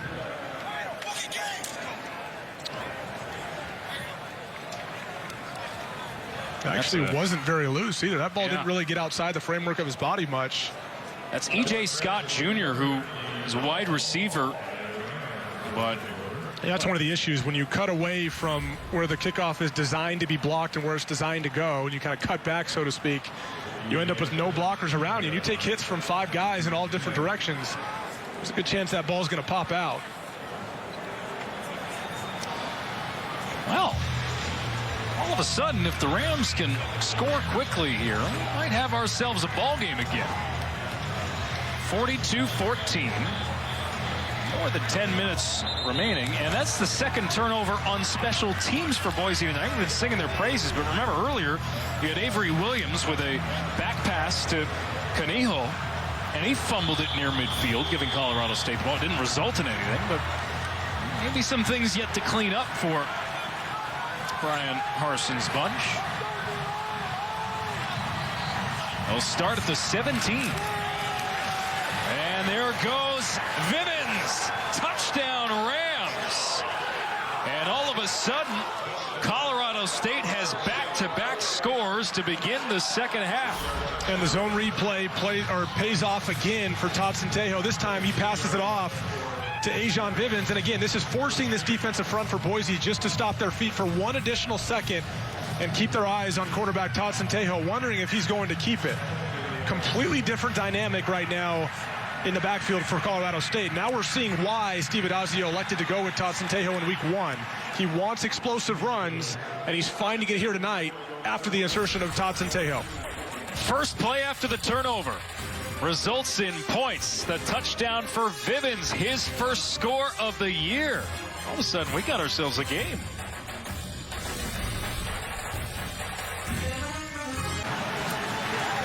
This will go out of bounds on the kickoff.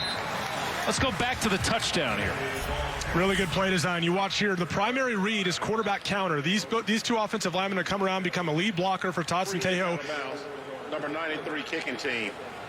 The ball will be placed at the 35-yard line. First down. They're going to come around and be a lead blockers for Totson Tejo. If he keeps it, Vivens is going to come across. Now you're going to see here, we're going to freeze it right at the mesh point where Totson Tejo has his eyes right now on this defender. He sees him collapse, and he knows that Ajon Vivens has a clear path outside and can outflank that defender for a big gain. And these are the explosive runs that Steve Adazio was looking for, and he found one there, due largely because of the threat that Totson Tejo presents in the running game.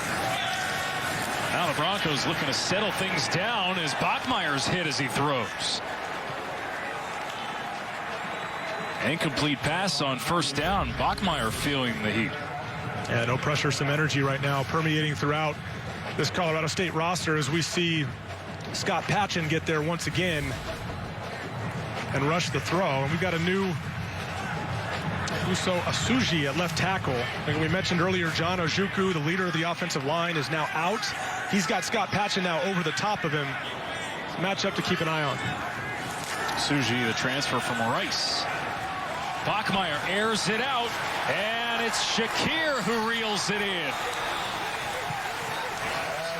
And that'll break up the momentum from Colorado State. Yeah, we mentioned the left tackle position with Scott Patchen over the top. Scott Patchen almost finds a way through there, but Hank Bachmeier stands in there and throws. And you got right here Khalil Shakir on a safety or a nickel and Taiwan Francis.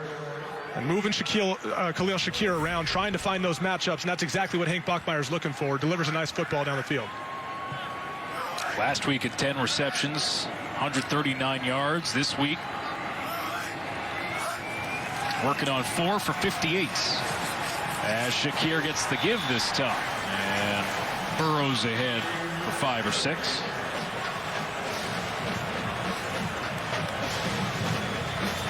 This is much needed for Boise State just to settle things down after the how many sudden change scenarios have we had in this game?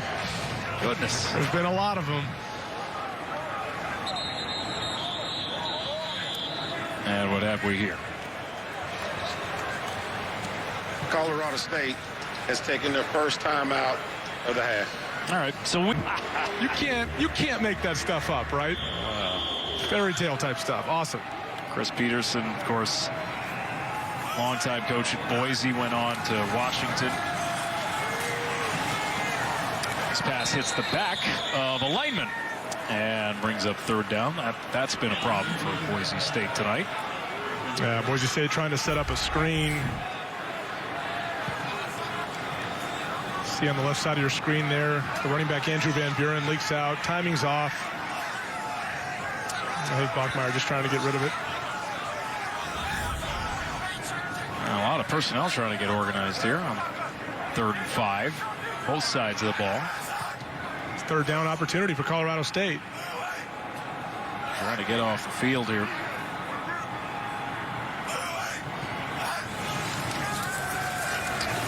Pressure comes.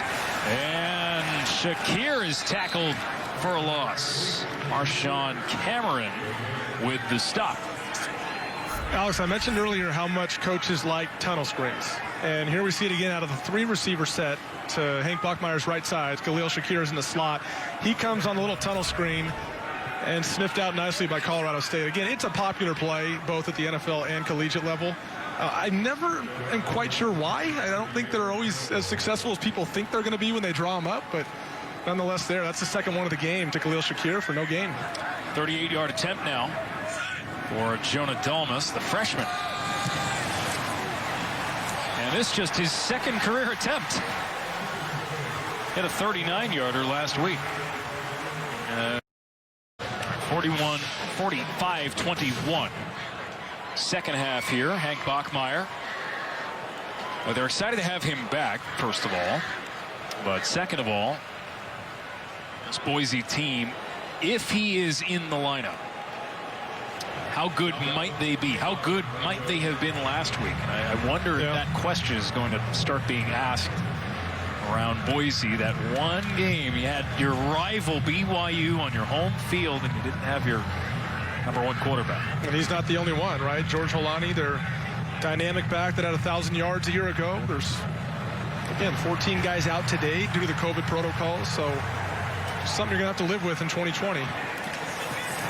It's taken back by Panunzo, and he runs into a wall for crossing the 15-yard line. So for Colorado State, I mean, this feels like do or die. I mean, Boise State, you have plenty of time left in the game, all things considered, but 45-21, you need points, you need them fast. Yeah, with Patrick O'Brien, they were finding some success pushing the ball down the field to Dante Wright, but outside of that, it was difficult to find much. They were struggling to protect him, pocket collapsing pretty quickly. Now that Todd Centejo is in the game, more of a dual-threat quarterback looking to run the football, enter the zone read game like we saw the counter read a minute ago with the quarterback and more zone read stuff. They've been able to start moving the ball a little more on the ground. And a little bit more with this guy, too. Ajon Vivens, former slot receiver, now leads the team in rushing this year, at least did entering the day. 64 yards on the ground today. 68, I beg your pardon. As Centejo gets away, steps up, and will set up a third manageable. I haven't had many of these third manageable situations tonight, but this is where Steve Adazio wanted them to get better, as we see Todd Centejo avoid some pressure and get some positive yards. Another thing I'm seeing here on Boise's defense is them more consistently since Todd Centejo entered the game, bringing Kekala Kaniho down into the box. He's short on that. And we talked about how versatile he is, bringing him down into the box to probably account for some of these quarterback runs as well, to keep his eyes on the quarterback. In this zone read game, it's hurt him so far since Todd Centejo entered the game. Punt units coming on the field for Colorado State. So I want to keep an eye on where Avery Williams is, 26, and just make sure now he's back to receive the punt.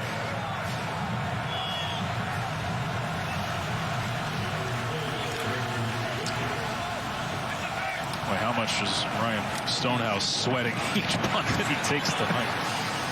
But luckily for him, Williams is back at his own 35. He gets by a tackle and gets a block. And Williams is out, tiptoeing past the 40 into Colorado State territory. So Hank Bachmeier is back out on the field. He's earned a new nickname in the last several months. Hank to his family's ranch, Fruitland, Idaho. Bachmeier had to borrow some boots, a hat. He didn't even have a pair of jeans. Does that kid look like he's from Southern California, that picture? No. I'm from Southern California. I've never taken a picture like that before. Into coverage, this pass is incomplete. So he never owned a pair of jeans, but he loved it. He loved horseback riding. He tried it out a couple times after that. He has since bought his own cowboy hat, boots, jeans. He even got one of those gigantic belt buckles. Says he loves it in Idaho, and most important of all, his riding form is passable. You know what? That's a complete fish out of water situation, right? You go from Southern California to Boise, Idaho, but he's enjoyed it. When in Rome, right? Yep. That's the ultimate way to quarantine.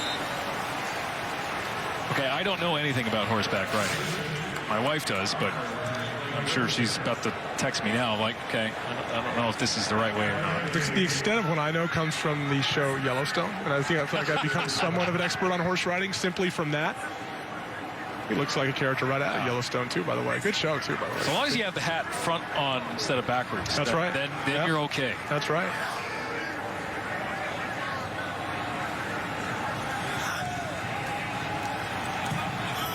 Bachmeier, sophomore.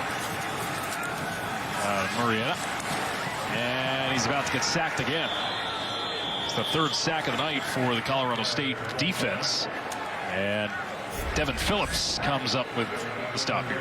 Yeah, Devin Phillips gets there, and fortunate that he did, because they had some receivers coming open late down the field. If Hank Bachmeier was able to step up and push that ball down the field, he might have had a touchdown on the backside of this formation. But Devin Phillips getting more play time too tonight in the absence of Toby McBride, the brother of the tight end Trey McBride. See him there beating left guard Garrett Curran. Missed the first game of the season against Fresno State. Got back in the lineup. Phillips. 4th and 9, going for it. And they take a shot to the end zone into coverage, and they may have earned themselves a second life here on a flag. Rashad Ajayi in coverage.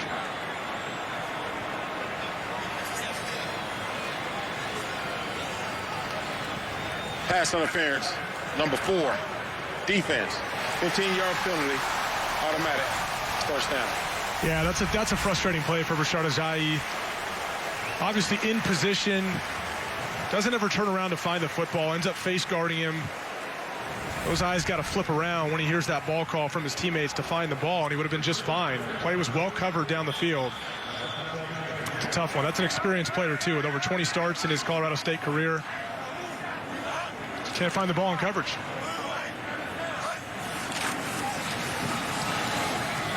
All right, a little end around here. And some running room into the end zone. Hey, how about the fumble at the end? Shakir to the lineman Crabtree. I hope the big boy gets a touchdown. You better give it to him. Oh, we talked about great things happening when Khalil Shakir gets the ball out of the backfield. Over 9 yards of carry coming into the game, gets out in the open field. Nice little move there in the open field. This is one where you're hoping he didn't cross the goal line, so Nick Crabtree, the right tackle, can get himself a touchdown. And that thing looks like it comes out early. This is going to stand. I love it. That is awesome. And as much as Khalil Shakir wants his touchdowns, I'm sure right there he's okay with that one. Wouldn't have it any other way on that one. That is awesome. Injured Ram on the play. And that'll require some attention. Okay, so Nick Crabtree, starting right tackle, redshirt senior from Huntington Beach, California. I'm going to be honest, in my preparation, I did not look up the stats for offensive linemen and scores. I was running under the assumption it was all zeros. You might see a tackle-eligible play every once in a while, or a throwback to an eligible offensive lineman. Maybe. But that's just right play, right time, though, right? Right place, right time. He's living right. Find himself in a situation like that. Got his first start this year against Utah State. And the 4th game of the season finds himself with a touchdown. Who saw that one coming? Crazy. Listen, this might be a 30-point game now, maybe 31 in a moment. But there have been some crazy plays and a lot of action in this game. Get on the blue on a Thursday night, man. You never know. You never know. Boise State's not used to these midweek games on the blue turf. 3rd game in the last 13 days. Big man touchdown on a Thursday night. Whoops. Right place, right time. You're totally correct to that one.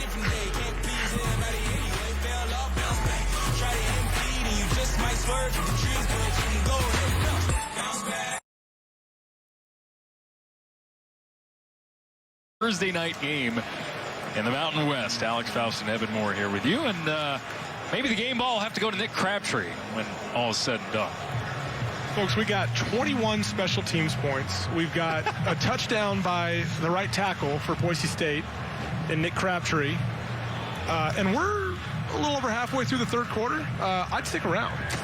It's only going to get better from here, right? Oh, man. And we're giggling about it here a little bit.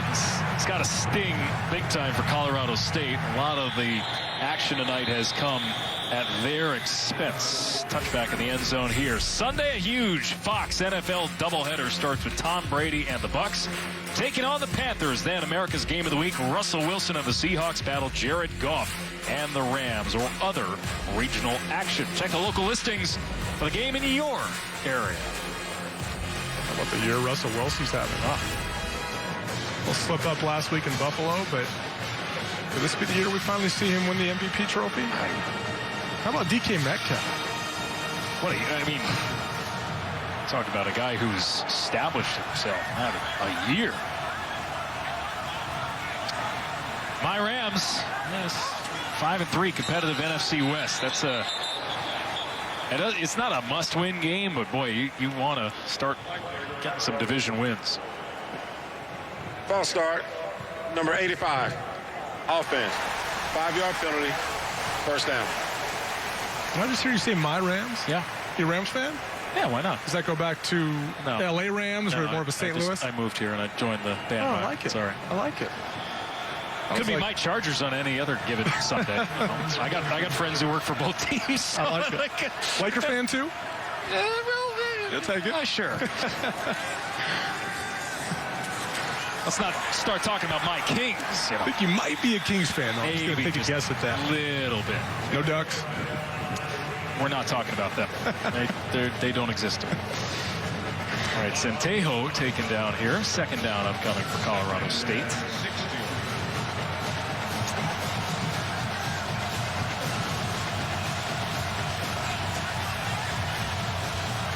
Sam Whitney with the sack that last play.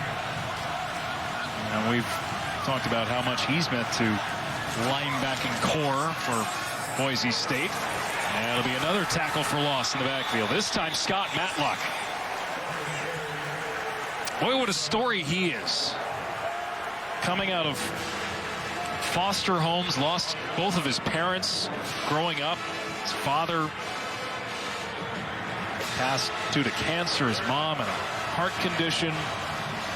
But out of foster care, gray shirted here at Boise State, earned a full scholarship. And talking with Brian Harsin, he just glowing, says he's the most inspirational guy on this team. He roots for him every single week. And why wouldn't you? Matlock coming up with a TFL moments ago. We'll step aside. Timeout on the field.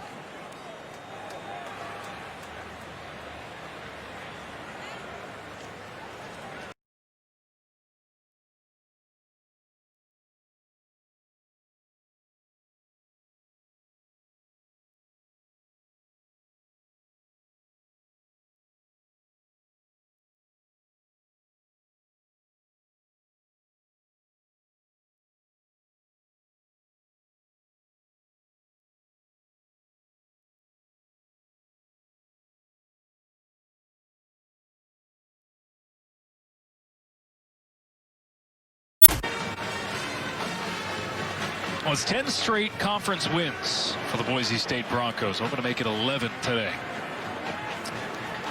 A team that has long been the dominant force since joining this league. Another stop by the Broncos defense. And a 3-and-out for the Rams. Alex, overall, I've been impressed with Shane Irwin, Divine Obucheri, Scott Matlock up front. They're missing a lot of their depth tonight. A lot of guys behind. Some of the starters are not available, so these guys have had to play a lot of snaps. And again, we referenced earlier the guys they lost from a year ago. A lot of new faces on that Boise defensive front. It's been an impressive group tonight. They've gotten after the passer. They've been disruptive in the backfield. It's encouraging, too, if your defensive coordinator, Jeff Schmedding, moving forward. Williams lets it take a bounce. Stays in bounds. And then gets tackled at the 42-yard line. Well, Colorado State's proud history for the Rams. 127th anniversary of the program, and a little buddy of ours used to coach there. Look at the stash on Coach Meyer. Bring it back. Goodness. Love it. Urban Meyer and Steve Adazio go way back. Urban and Steve known each other for a while. National title in Florida. Yeah. As the offensive line coach. Steve Adazio has offensive line coach written all over him. It's just a breed, right? Being around football this long, and offensive line coaches they even have a way they stand, the way they look at you, just their whole demeanor, whole disposition screams, I coach the offensive line. And that process that lies in front of him as well at Colorado State. He certainly feels like they took a step forward last week against Wyoming, but said, hey, Rome was not built in a day. This is going to take some time. And there were a lot of encouraging signs last week, and then come up and play Boise. He expected to get their best shot and said, this is the class of the conference and to be a good test for us. And special teams errors, third down mishaps, A lot of teaching moments for this team, for Steve Addazio moving forward. I'd say there are about 10 players that flinch there. Addazio, a hard-nosed coach, 6 years at Boston College, 7 years, excuse me. Number 73, offense. One of 5-yard penalty. 6 new coaches to begin the season in the Mountain West. Then very recently, Frank Bailey named interim head coach at Utah State. A lot of intriguing names there. Todd Graham, the former Arizona State head coach, now at Hawaii. Danny Gonzalez, also the Arizona State D coordinator last year under Herm Edwards. Now with Rocky Long as his D coordinator at New Mexico. Curious to see what happens at Utah State. There were such high hopes for Gary Anderson, his second stint there, but that quickly ended 3 games into their season. Incomplete pass here, bringing up 3rd and long. Yeah, it's been an interesting road for Gary Anderson. You know, ever since leaving Utah State for the first time, going to Wisconsin, having some success there, heading over to Oregon State, and leaving in the middle of the season in 2017. Now back at Utah State. Rough start to this season after going only 7-6 a year ago with Jordan Love. Finds himself out of a job after going 0-3, and things just looking like they're heading in the wrong direction.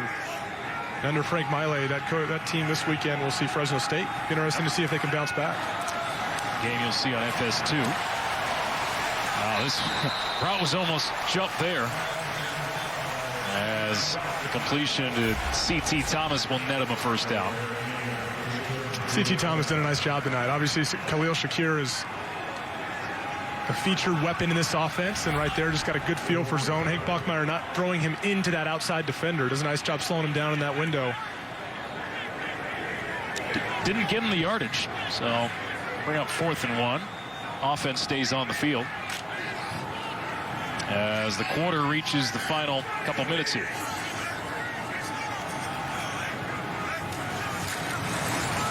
Jumbo package, and Bachmeier hands it off. He'll get the first down with the sophomore running back, Danny Smith. Interesting to see Danny Smith out there, number 37. Coaches were very high on him when they signed him. He's a redshirt sophomore, 6 foot, 216 pounds. And fans around Boise have been aware of what he's been capable of. He has not played this year. Getting a chance to get out there tonight in the absence of George Holani. And some depth issues at the position, getting a chance. Flag on the last play. There was an illegal formation on Boise State. Microphone for the referee wasn't working, so a replay 4th down. It'll be a punt for the Broncos. Jonah Domus will boot this away. End over end kick. And Dante Wright, fair catch, out of bounds at the 13. Games to watch this weekend. A couple good ones, right? Indiana in that Big Ten West looking like the best team so far. Tilt against Michigan State. Oregon goes to Washington State, who's got an exciting young quarterback, and Oregon with their new quarterback as well. Looked pretty good against Stanford last week. And the Wisconsin Badgers will be an interesting thing to keep an eye on. We have not seen them play since week 1 when Graham Mertz went off. 20-21, 248 yards, 5 touchdowns, no interceptions against Illinois. And they've had 2 games canceled in the meantime. And so this is the second time we'll see the Badgers in action. Try to challenge Indiana in that Big Ten West. Their ranking has dropped 6 spots with those 2 cancellations. But I think the story in the Big Ten has to be Indiana. And what they've done. I mean, they're approaching, kind of best season in program history territory. And it's a shame that's happening in a year where fans in Bloomington can't enjoy it, because they've played some tremendous football. They had a chance to call an Indiana game in 2018, and Tom Allen was early in his tenure there. And I feel this way about BYU too. A lot of times you call a game and then a couple years later you see a team experience a lot of success and you realize, I was saying a lot of those names 2 years ago, right, when they were a young football team. Michael Penix was hurt at the time. He's had an outstanding year at quarterback. And you realize those guys are now 2 years older. BYU's the same thing. Zach Wilson a couple years ago, and a lot of guys on that offense. And when they're still around 2 years later and you see these guys grow up, as Riley Wimpy gets a great stop on 3rd down, you see these guys grow up in a system, you realize why that success happens as guys mature, and Tom Allen's done a nice job. First time Indiana's been in the top 10 since the 1960s. And offense will come off the field here for a punt with the third quarter winding down. Ryan Stonehouse is an All-American. We were hoping we wouldn't have to call his name very much tonight for the sake of Colorado State. I'll take us to the end of the quarter. And Boise State, well, those 2 touchdowns in 17 seconds didn't get them off track. The Broncos on their way to a 3-0 start in the Mountain West.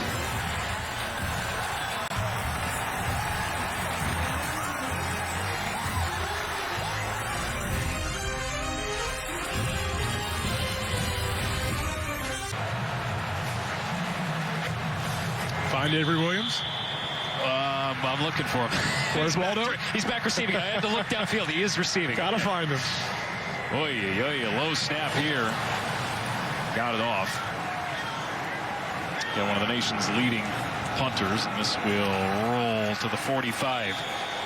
Well, it is after midnight somewhere. Mountain West after midnight. It's been a weird night, huh? We've seen the full gamut tonight. We keep talking about where 26 is. He almost blocked that field goal as well. 2 block punts tonight. You see that one picked up by Kekauler Kaniho.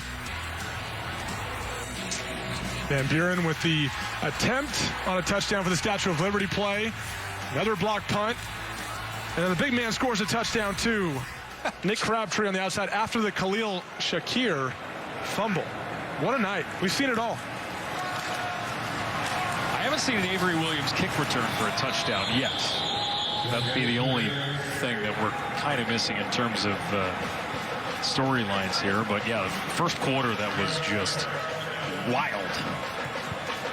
3 block kicks in this game. Yeah. You know, you'd think with Hank Bachmeier returning, that's all we would be talking about. And yes, they've been efficient offensively for the most part, especially in the first half, converting 7 of 9 third downs against a defense that was really good on third down last week. But the story has been the mishaps on special teams and the third down execution of the Boise offense. Bachmeier hit as he throws here. And it's juggled and incomplete. He wound up with the ball, but he was out of bounds. Yeah, we've seen Hank Bachmeier step in and make some nice throws under pressure. And you're going to see the pressure off the edge here from Scott Patchen, who's done a really nice job tonight getting to the quarterback. But ball is still put in a place that is certainly catchable, and Khalil Shakir can't bring it down. The tight coverage by Rashad Ajayi.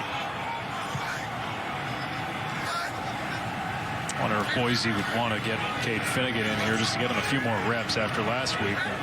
Understandably, a little bit of a deer in headlights situation. As Bachmeier takes another shot, but completes the pass to C.T. Thomas. This is a Boise team that would love to have him available for a full year. Yeah, if you're Chuck Heater, this is where you got to be careful defensively, because if you're going to show an all-out blitz with no free safety help in the middle of the field, cover 0 basically, man-to-man across the board with no safety help, you can't show it to Hank Bachmeier for 6 seconds before the ball is snapped. The reason that ball took so long to get snapped is he's changing the play at the line of scrimmage and realizes the coverage he's seeing. Typically, you're going to see them kind of disguise things before the ball snapped and roll to something different. Chuck Heater stays with the same look the whole time, and Hank Bachmeier gashes him for a first down. Scott Patchen's put together a nice night for Colorado State as well. 4 tackles, a sack, 2 quarterback hurries. Appeared in 30 games for Miami, number 1 in white. And even though he was number 2 or number 3 in the depth chart here, he's fit in nicely and become a natural leader. One of 6 transfers into the program this year for Colorado State. He's an experienced player too. He got 30 appearances at Miami. Been a big addition for this team so far. Like you said, arrived in June. Only transfer that arrived early in January was Cam Reddy, their leader on the offensive line at center. But they've been the beneficiary of some transfers this year. We talked about on the offensive line from Boston College, the 3 interior offensive linemen. Talked about Scott Patchen as well from Miami, and also Brian Polinde as well, the tight end position from Miami. So these 3 on the offensive line, though, they're hoping to be able to establish the run game with a couple of guys that Dazio is familiar with at Boston College. Yeah, he says these guys get it, right? And you see at the bottom of your screen there, Cam Reddy, offensive lineman. He's their center, and he's quickly become the leader of this group. Just has a good understanding of what Coach Adazio wants after spending time with him at Boston College. It's a group that'll continue to get better over the course of the year, too. I believe the second push may have gotten him. First down. Boise State, meanwhile, this is getting back to business on their home turf. They have not lost back-to-back games in 4 years. It's only happened 3 times under Brian Harsin. And so rarely do they lose on this field. That's why last week was such a shock how lopsided the score was, even given the context of the quarterback being unavailable. Boise was outplayed by BYU. Every facet. This is a team that expects to win. Expects to win here. 14 conference titles since joining FBS football in 1996. See Hank Bachmeier there getting up and talking to his left guard, Garrett Curran. He's mixing it up a little bit after the snap. With one of the play. Personal foul, number 69, offense. 15-yard penalty, second down. Yeah, after the play there, you see left guard Garrett Curran mixing it up there towards the bottom. Oh, going with the headbutt, too, on top of, looked like Devin Phillips. And right after that, when he stood up, quarterback Hank Bachmeier, now keep in mind, this is a sophomore, runs over to his redshirt sophomore left guard and gets in his face. Likely telling him, look, man, we don't need it, right? I mean, you get ejected from this game, you're not available the first half of next week, and that's a problem, right? So, good leadership there by the sophomore. Second and 25 here. Last thing you need is guys to be put in situations where they're getting hurt. As Van Buren carries for 6. And we know the way in college football, too, how much the head and neck area is protected these days. And the last thing you want to do at the end of a play is be throwing headbutts at somebody with the way that stuff is officiated these days. Lucky that wasn't reviewed.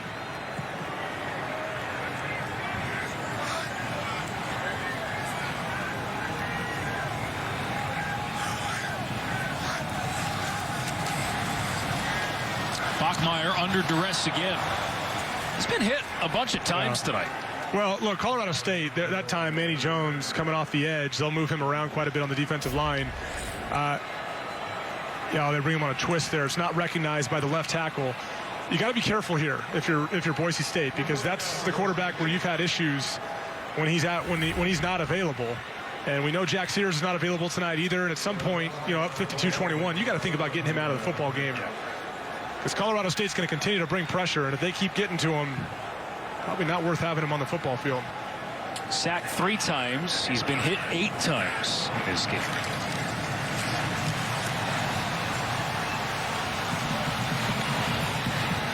This will be down. No.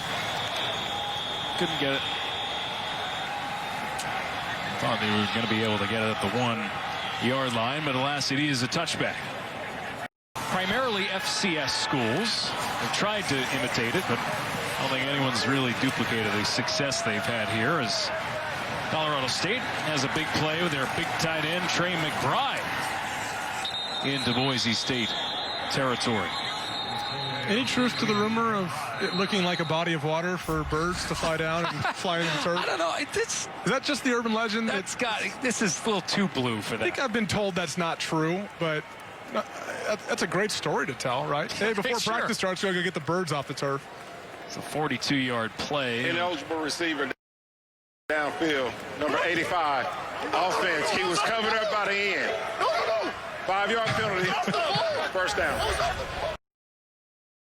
Colorado State, it's Steve Adazio, is it? So they're saying the receiver was on the line of scrimmage. The tight end, Trey McBride, was covered up by the outside receiver, making him an ineligible receiver to go downfield and catch a ball. You might be wondering, how's the guy that catch the football?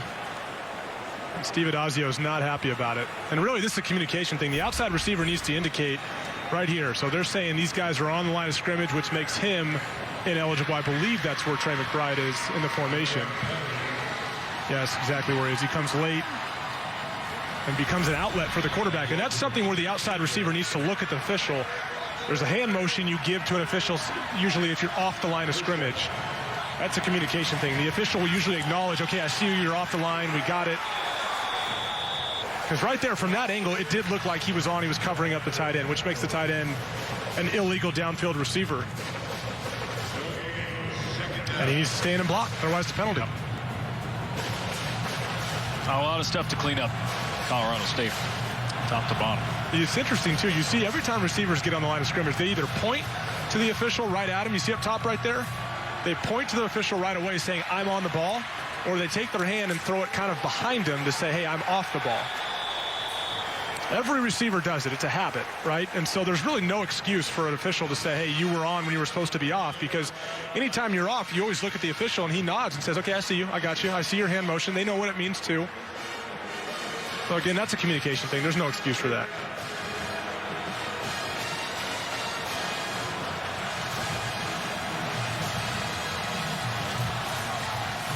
Ty McCullough, receiver.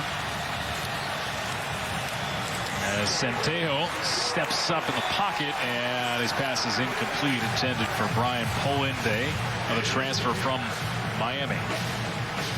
4th down, and the Rams will punt it once more. Had some success early with Todd Centejo when he entered the game, in the quarterback run game, in the read game. Getting the ball in space to Ajon Vivens, their running back, but much like their first game of the season against Fresno State, just not much success throwing the football. Right now, 1 of 3 for 21 yards and a touchdown. I got a blown coverage to Trey McBride over on the side for his 4th touchdown of the year.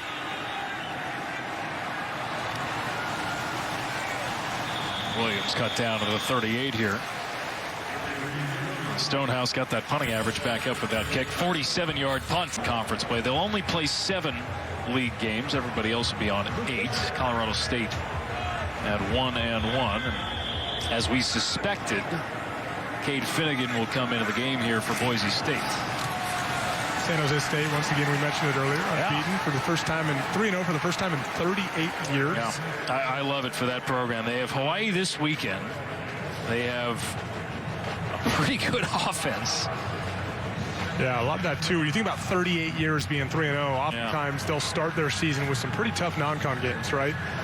That's not going to happen this year, but as far as the conference race goes, key to remember, there are no Mountain, there are no West divisions this year. It's just conference-wide. The 2 best teams, from a win percentage standpoint, given they won't all play the same amount of games, from a win percentage standpoint, the top 2 teams will meet in the Mountain West Conference Championship game.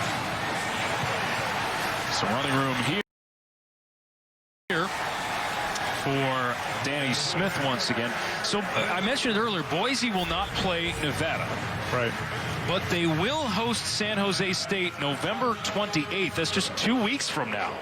And what could be a game that determines who plays in the Mountain West Championship game. I think generally in a year like this, if you've had some early success like San Jose State, they deserve credit for that. Brent Brennan's done a nice job there in building that program and turning things around. Beat a San Diego State team last week after losing Nick Starkel early, their quarterback. But the real barometer, like we said, is getting a chance to play Boise State, right? The class of the conference, decades of dominance. That's what this team is all about. And I'm anxious to see San Jose State get a chance to get a crack at them. You mentioned Nevada, too. Nevada's an impressive football team, right? I mean, what they're doing offensively, things are really coming together under Jay Norvell. Carson Strong, their quarterback, has been outstanding. Hasn't thrown an interception, and I believe now it's over 285 pass attempts. Romeo Doubs is one of the best playmakers in not only in this conference, but in the entire country. Oh, I'd put him up what there, he's been able to show. So it's there's definitely some intrigue coming down the stretch, and we could see a Nevada-Boise State matchup in the conference title game, and boy, would that be exciting. Your Spartans receiving votes in the poll for the first time in 8 years. It's a nice thing to see for that program. I say your Spartans tongue-in-cheek. Yeah. I know you're going to well, they've had some moments too, right? I mean, I believe it was last year they go on the road and beat Arkansas. So there, and I remember the press conference after that game with Brent Brennan on the field and how emotional he was and some of the things he said about building the program. Just a quality head coach, quality person. It's really awesome to see that, right? A program that has not had a ton of success, a guy come in and build what he's building. So you certainly hope the best for them because it's a great story. See what Cade Finnegan does here on a 3rd and 7 with The clock under 6 minutes to go. And what is shaping up to be Boise's third win of the year. One of 4 quarterbacks used this season. And a timeout is taken. We will step aside. Overall conference titles. Oklahoma has 13. Ohio State has 12. Florida State 11. I mean, this is, you want to talk about owning things. Joining the Mountain West in the last decade. Well, Steve Adazio, too, when we were talking to him this week about getting a chance to play Boise. Colorado State almost had a chance to pick that off. He referenced, he said, look, I mean, this is a nationally recognized team, right? And when you think of the group of 5, the 5 FBS divisions that are outside the Power 5, there's a few that stand out every year, right? Cincinnati, University of Central Florida, but Boise's been longer than all of them, is standing out amongst the group of 5 schools as nationally relevant each and every year on the national landscape of college football. And Boise they're the standard in the group of 5. There's, like I said, UCF has made pushes lately. Cincinnati's a really good football team this year. They're a top 10 team under Luke Fickell, but as far as group of 5 goes, Boise State is the standard. There's no question about that. Pooch kick here. They're going to go more than 20 yards. Give them visiting teams for the most part. Yeah, that's certainly proved true here tonight. Boise State all over Colorado State in the first quarter of this game. It's 21-0. Special teams the focus. Centejo knocked down here. And this Boise program, wonder, okay, maybe last week was just a blip. With the quarterback out, running back out. Centejo nowhere to go.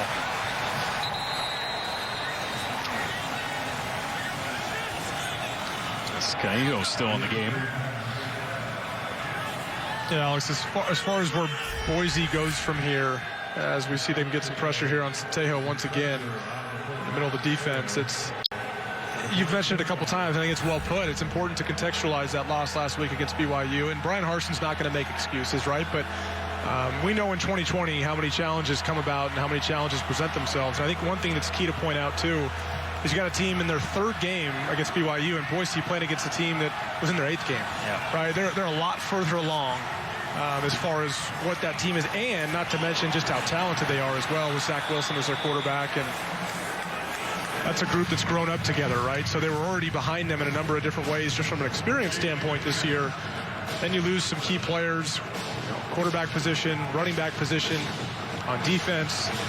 That was a tough night. And the hard part for Brian Harsin is he doesn't want to make excuses, but this goes down in the books, right? This is on his resume, and I think that one was really hard to stomach because he's not going to sit there with us and make excuses, but he also knows why that happened. And I for one, or I think many people would feel this way, would still like to see a full-strength Boise team play a BYU team, in a normal year. I think those 2 teams match up really well, and it's hard to look at last week and say that's indicative of where each one of these teams is right now. How about BYU, though? You think they have one? I mean, they still need to get a couple more games, right. It seems like. They need to look. I mean, again, Boise was by far the best team they played this year, and Boise was very shorthanded, right? And that game was 10-7 with about 3 minutes left in the second quarter. Yep.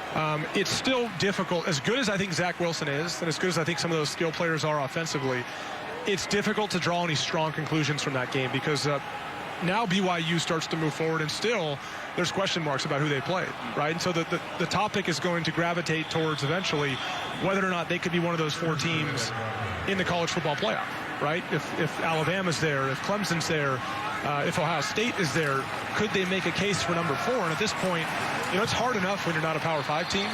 But if you're going to be a group of 5 team, and I know they're independent, but they technically, they find themselves playing Power 5 schedules quite a bit for roughly half the year, but it's really tough if you're not in a Power 5 conference. And, UCF's success a few years ago with Scott Frost, I think, was a good indicator that it may never happen, right, outside of a really crazy year, which, by the way, this year could be that, right? You looked at 2020 lately, Evan? That's right. We don't know how many games some of these teams are going to play. The winner of the ACC may end up playing 12 total games, and the winner of the Big Ten may end up playing only 9 games. Notre right? Dame might be the winner of the That's exactly right. That's exactly right.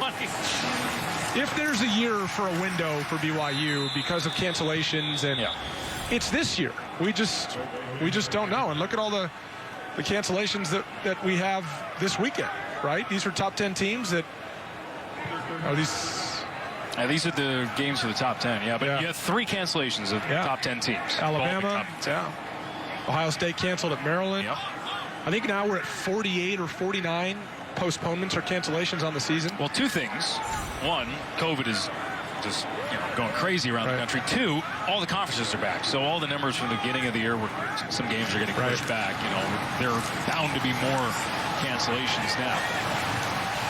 As this could be brought in. And the key thing to remember, too, is not every conference has given themselves flexibility to make up games, right? I mean, we saw in the Big 12, they gave themselves a little bit of flexibility, but the Big 10 and the Pac-12, it's tight. Yep. So games that don't happen, they're just saying, hey, these are canceled unless they make some decision to move the championship game back, which at this point we don't see that happening. So there's a hard stop on these conference seasons for the Big 10 and the Pac-12. And some of these teams may only, like Cal, for example, first 2 games look like they're going to be canceled. They may only end up playing 5 games by the time the regular season's over and maybe getting a 6th game in.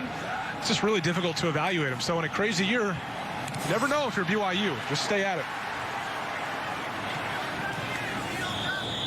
Punt goes out of bounds. Hey, big slate, though, of games that are happening this weekend.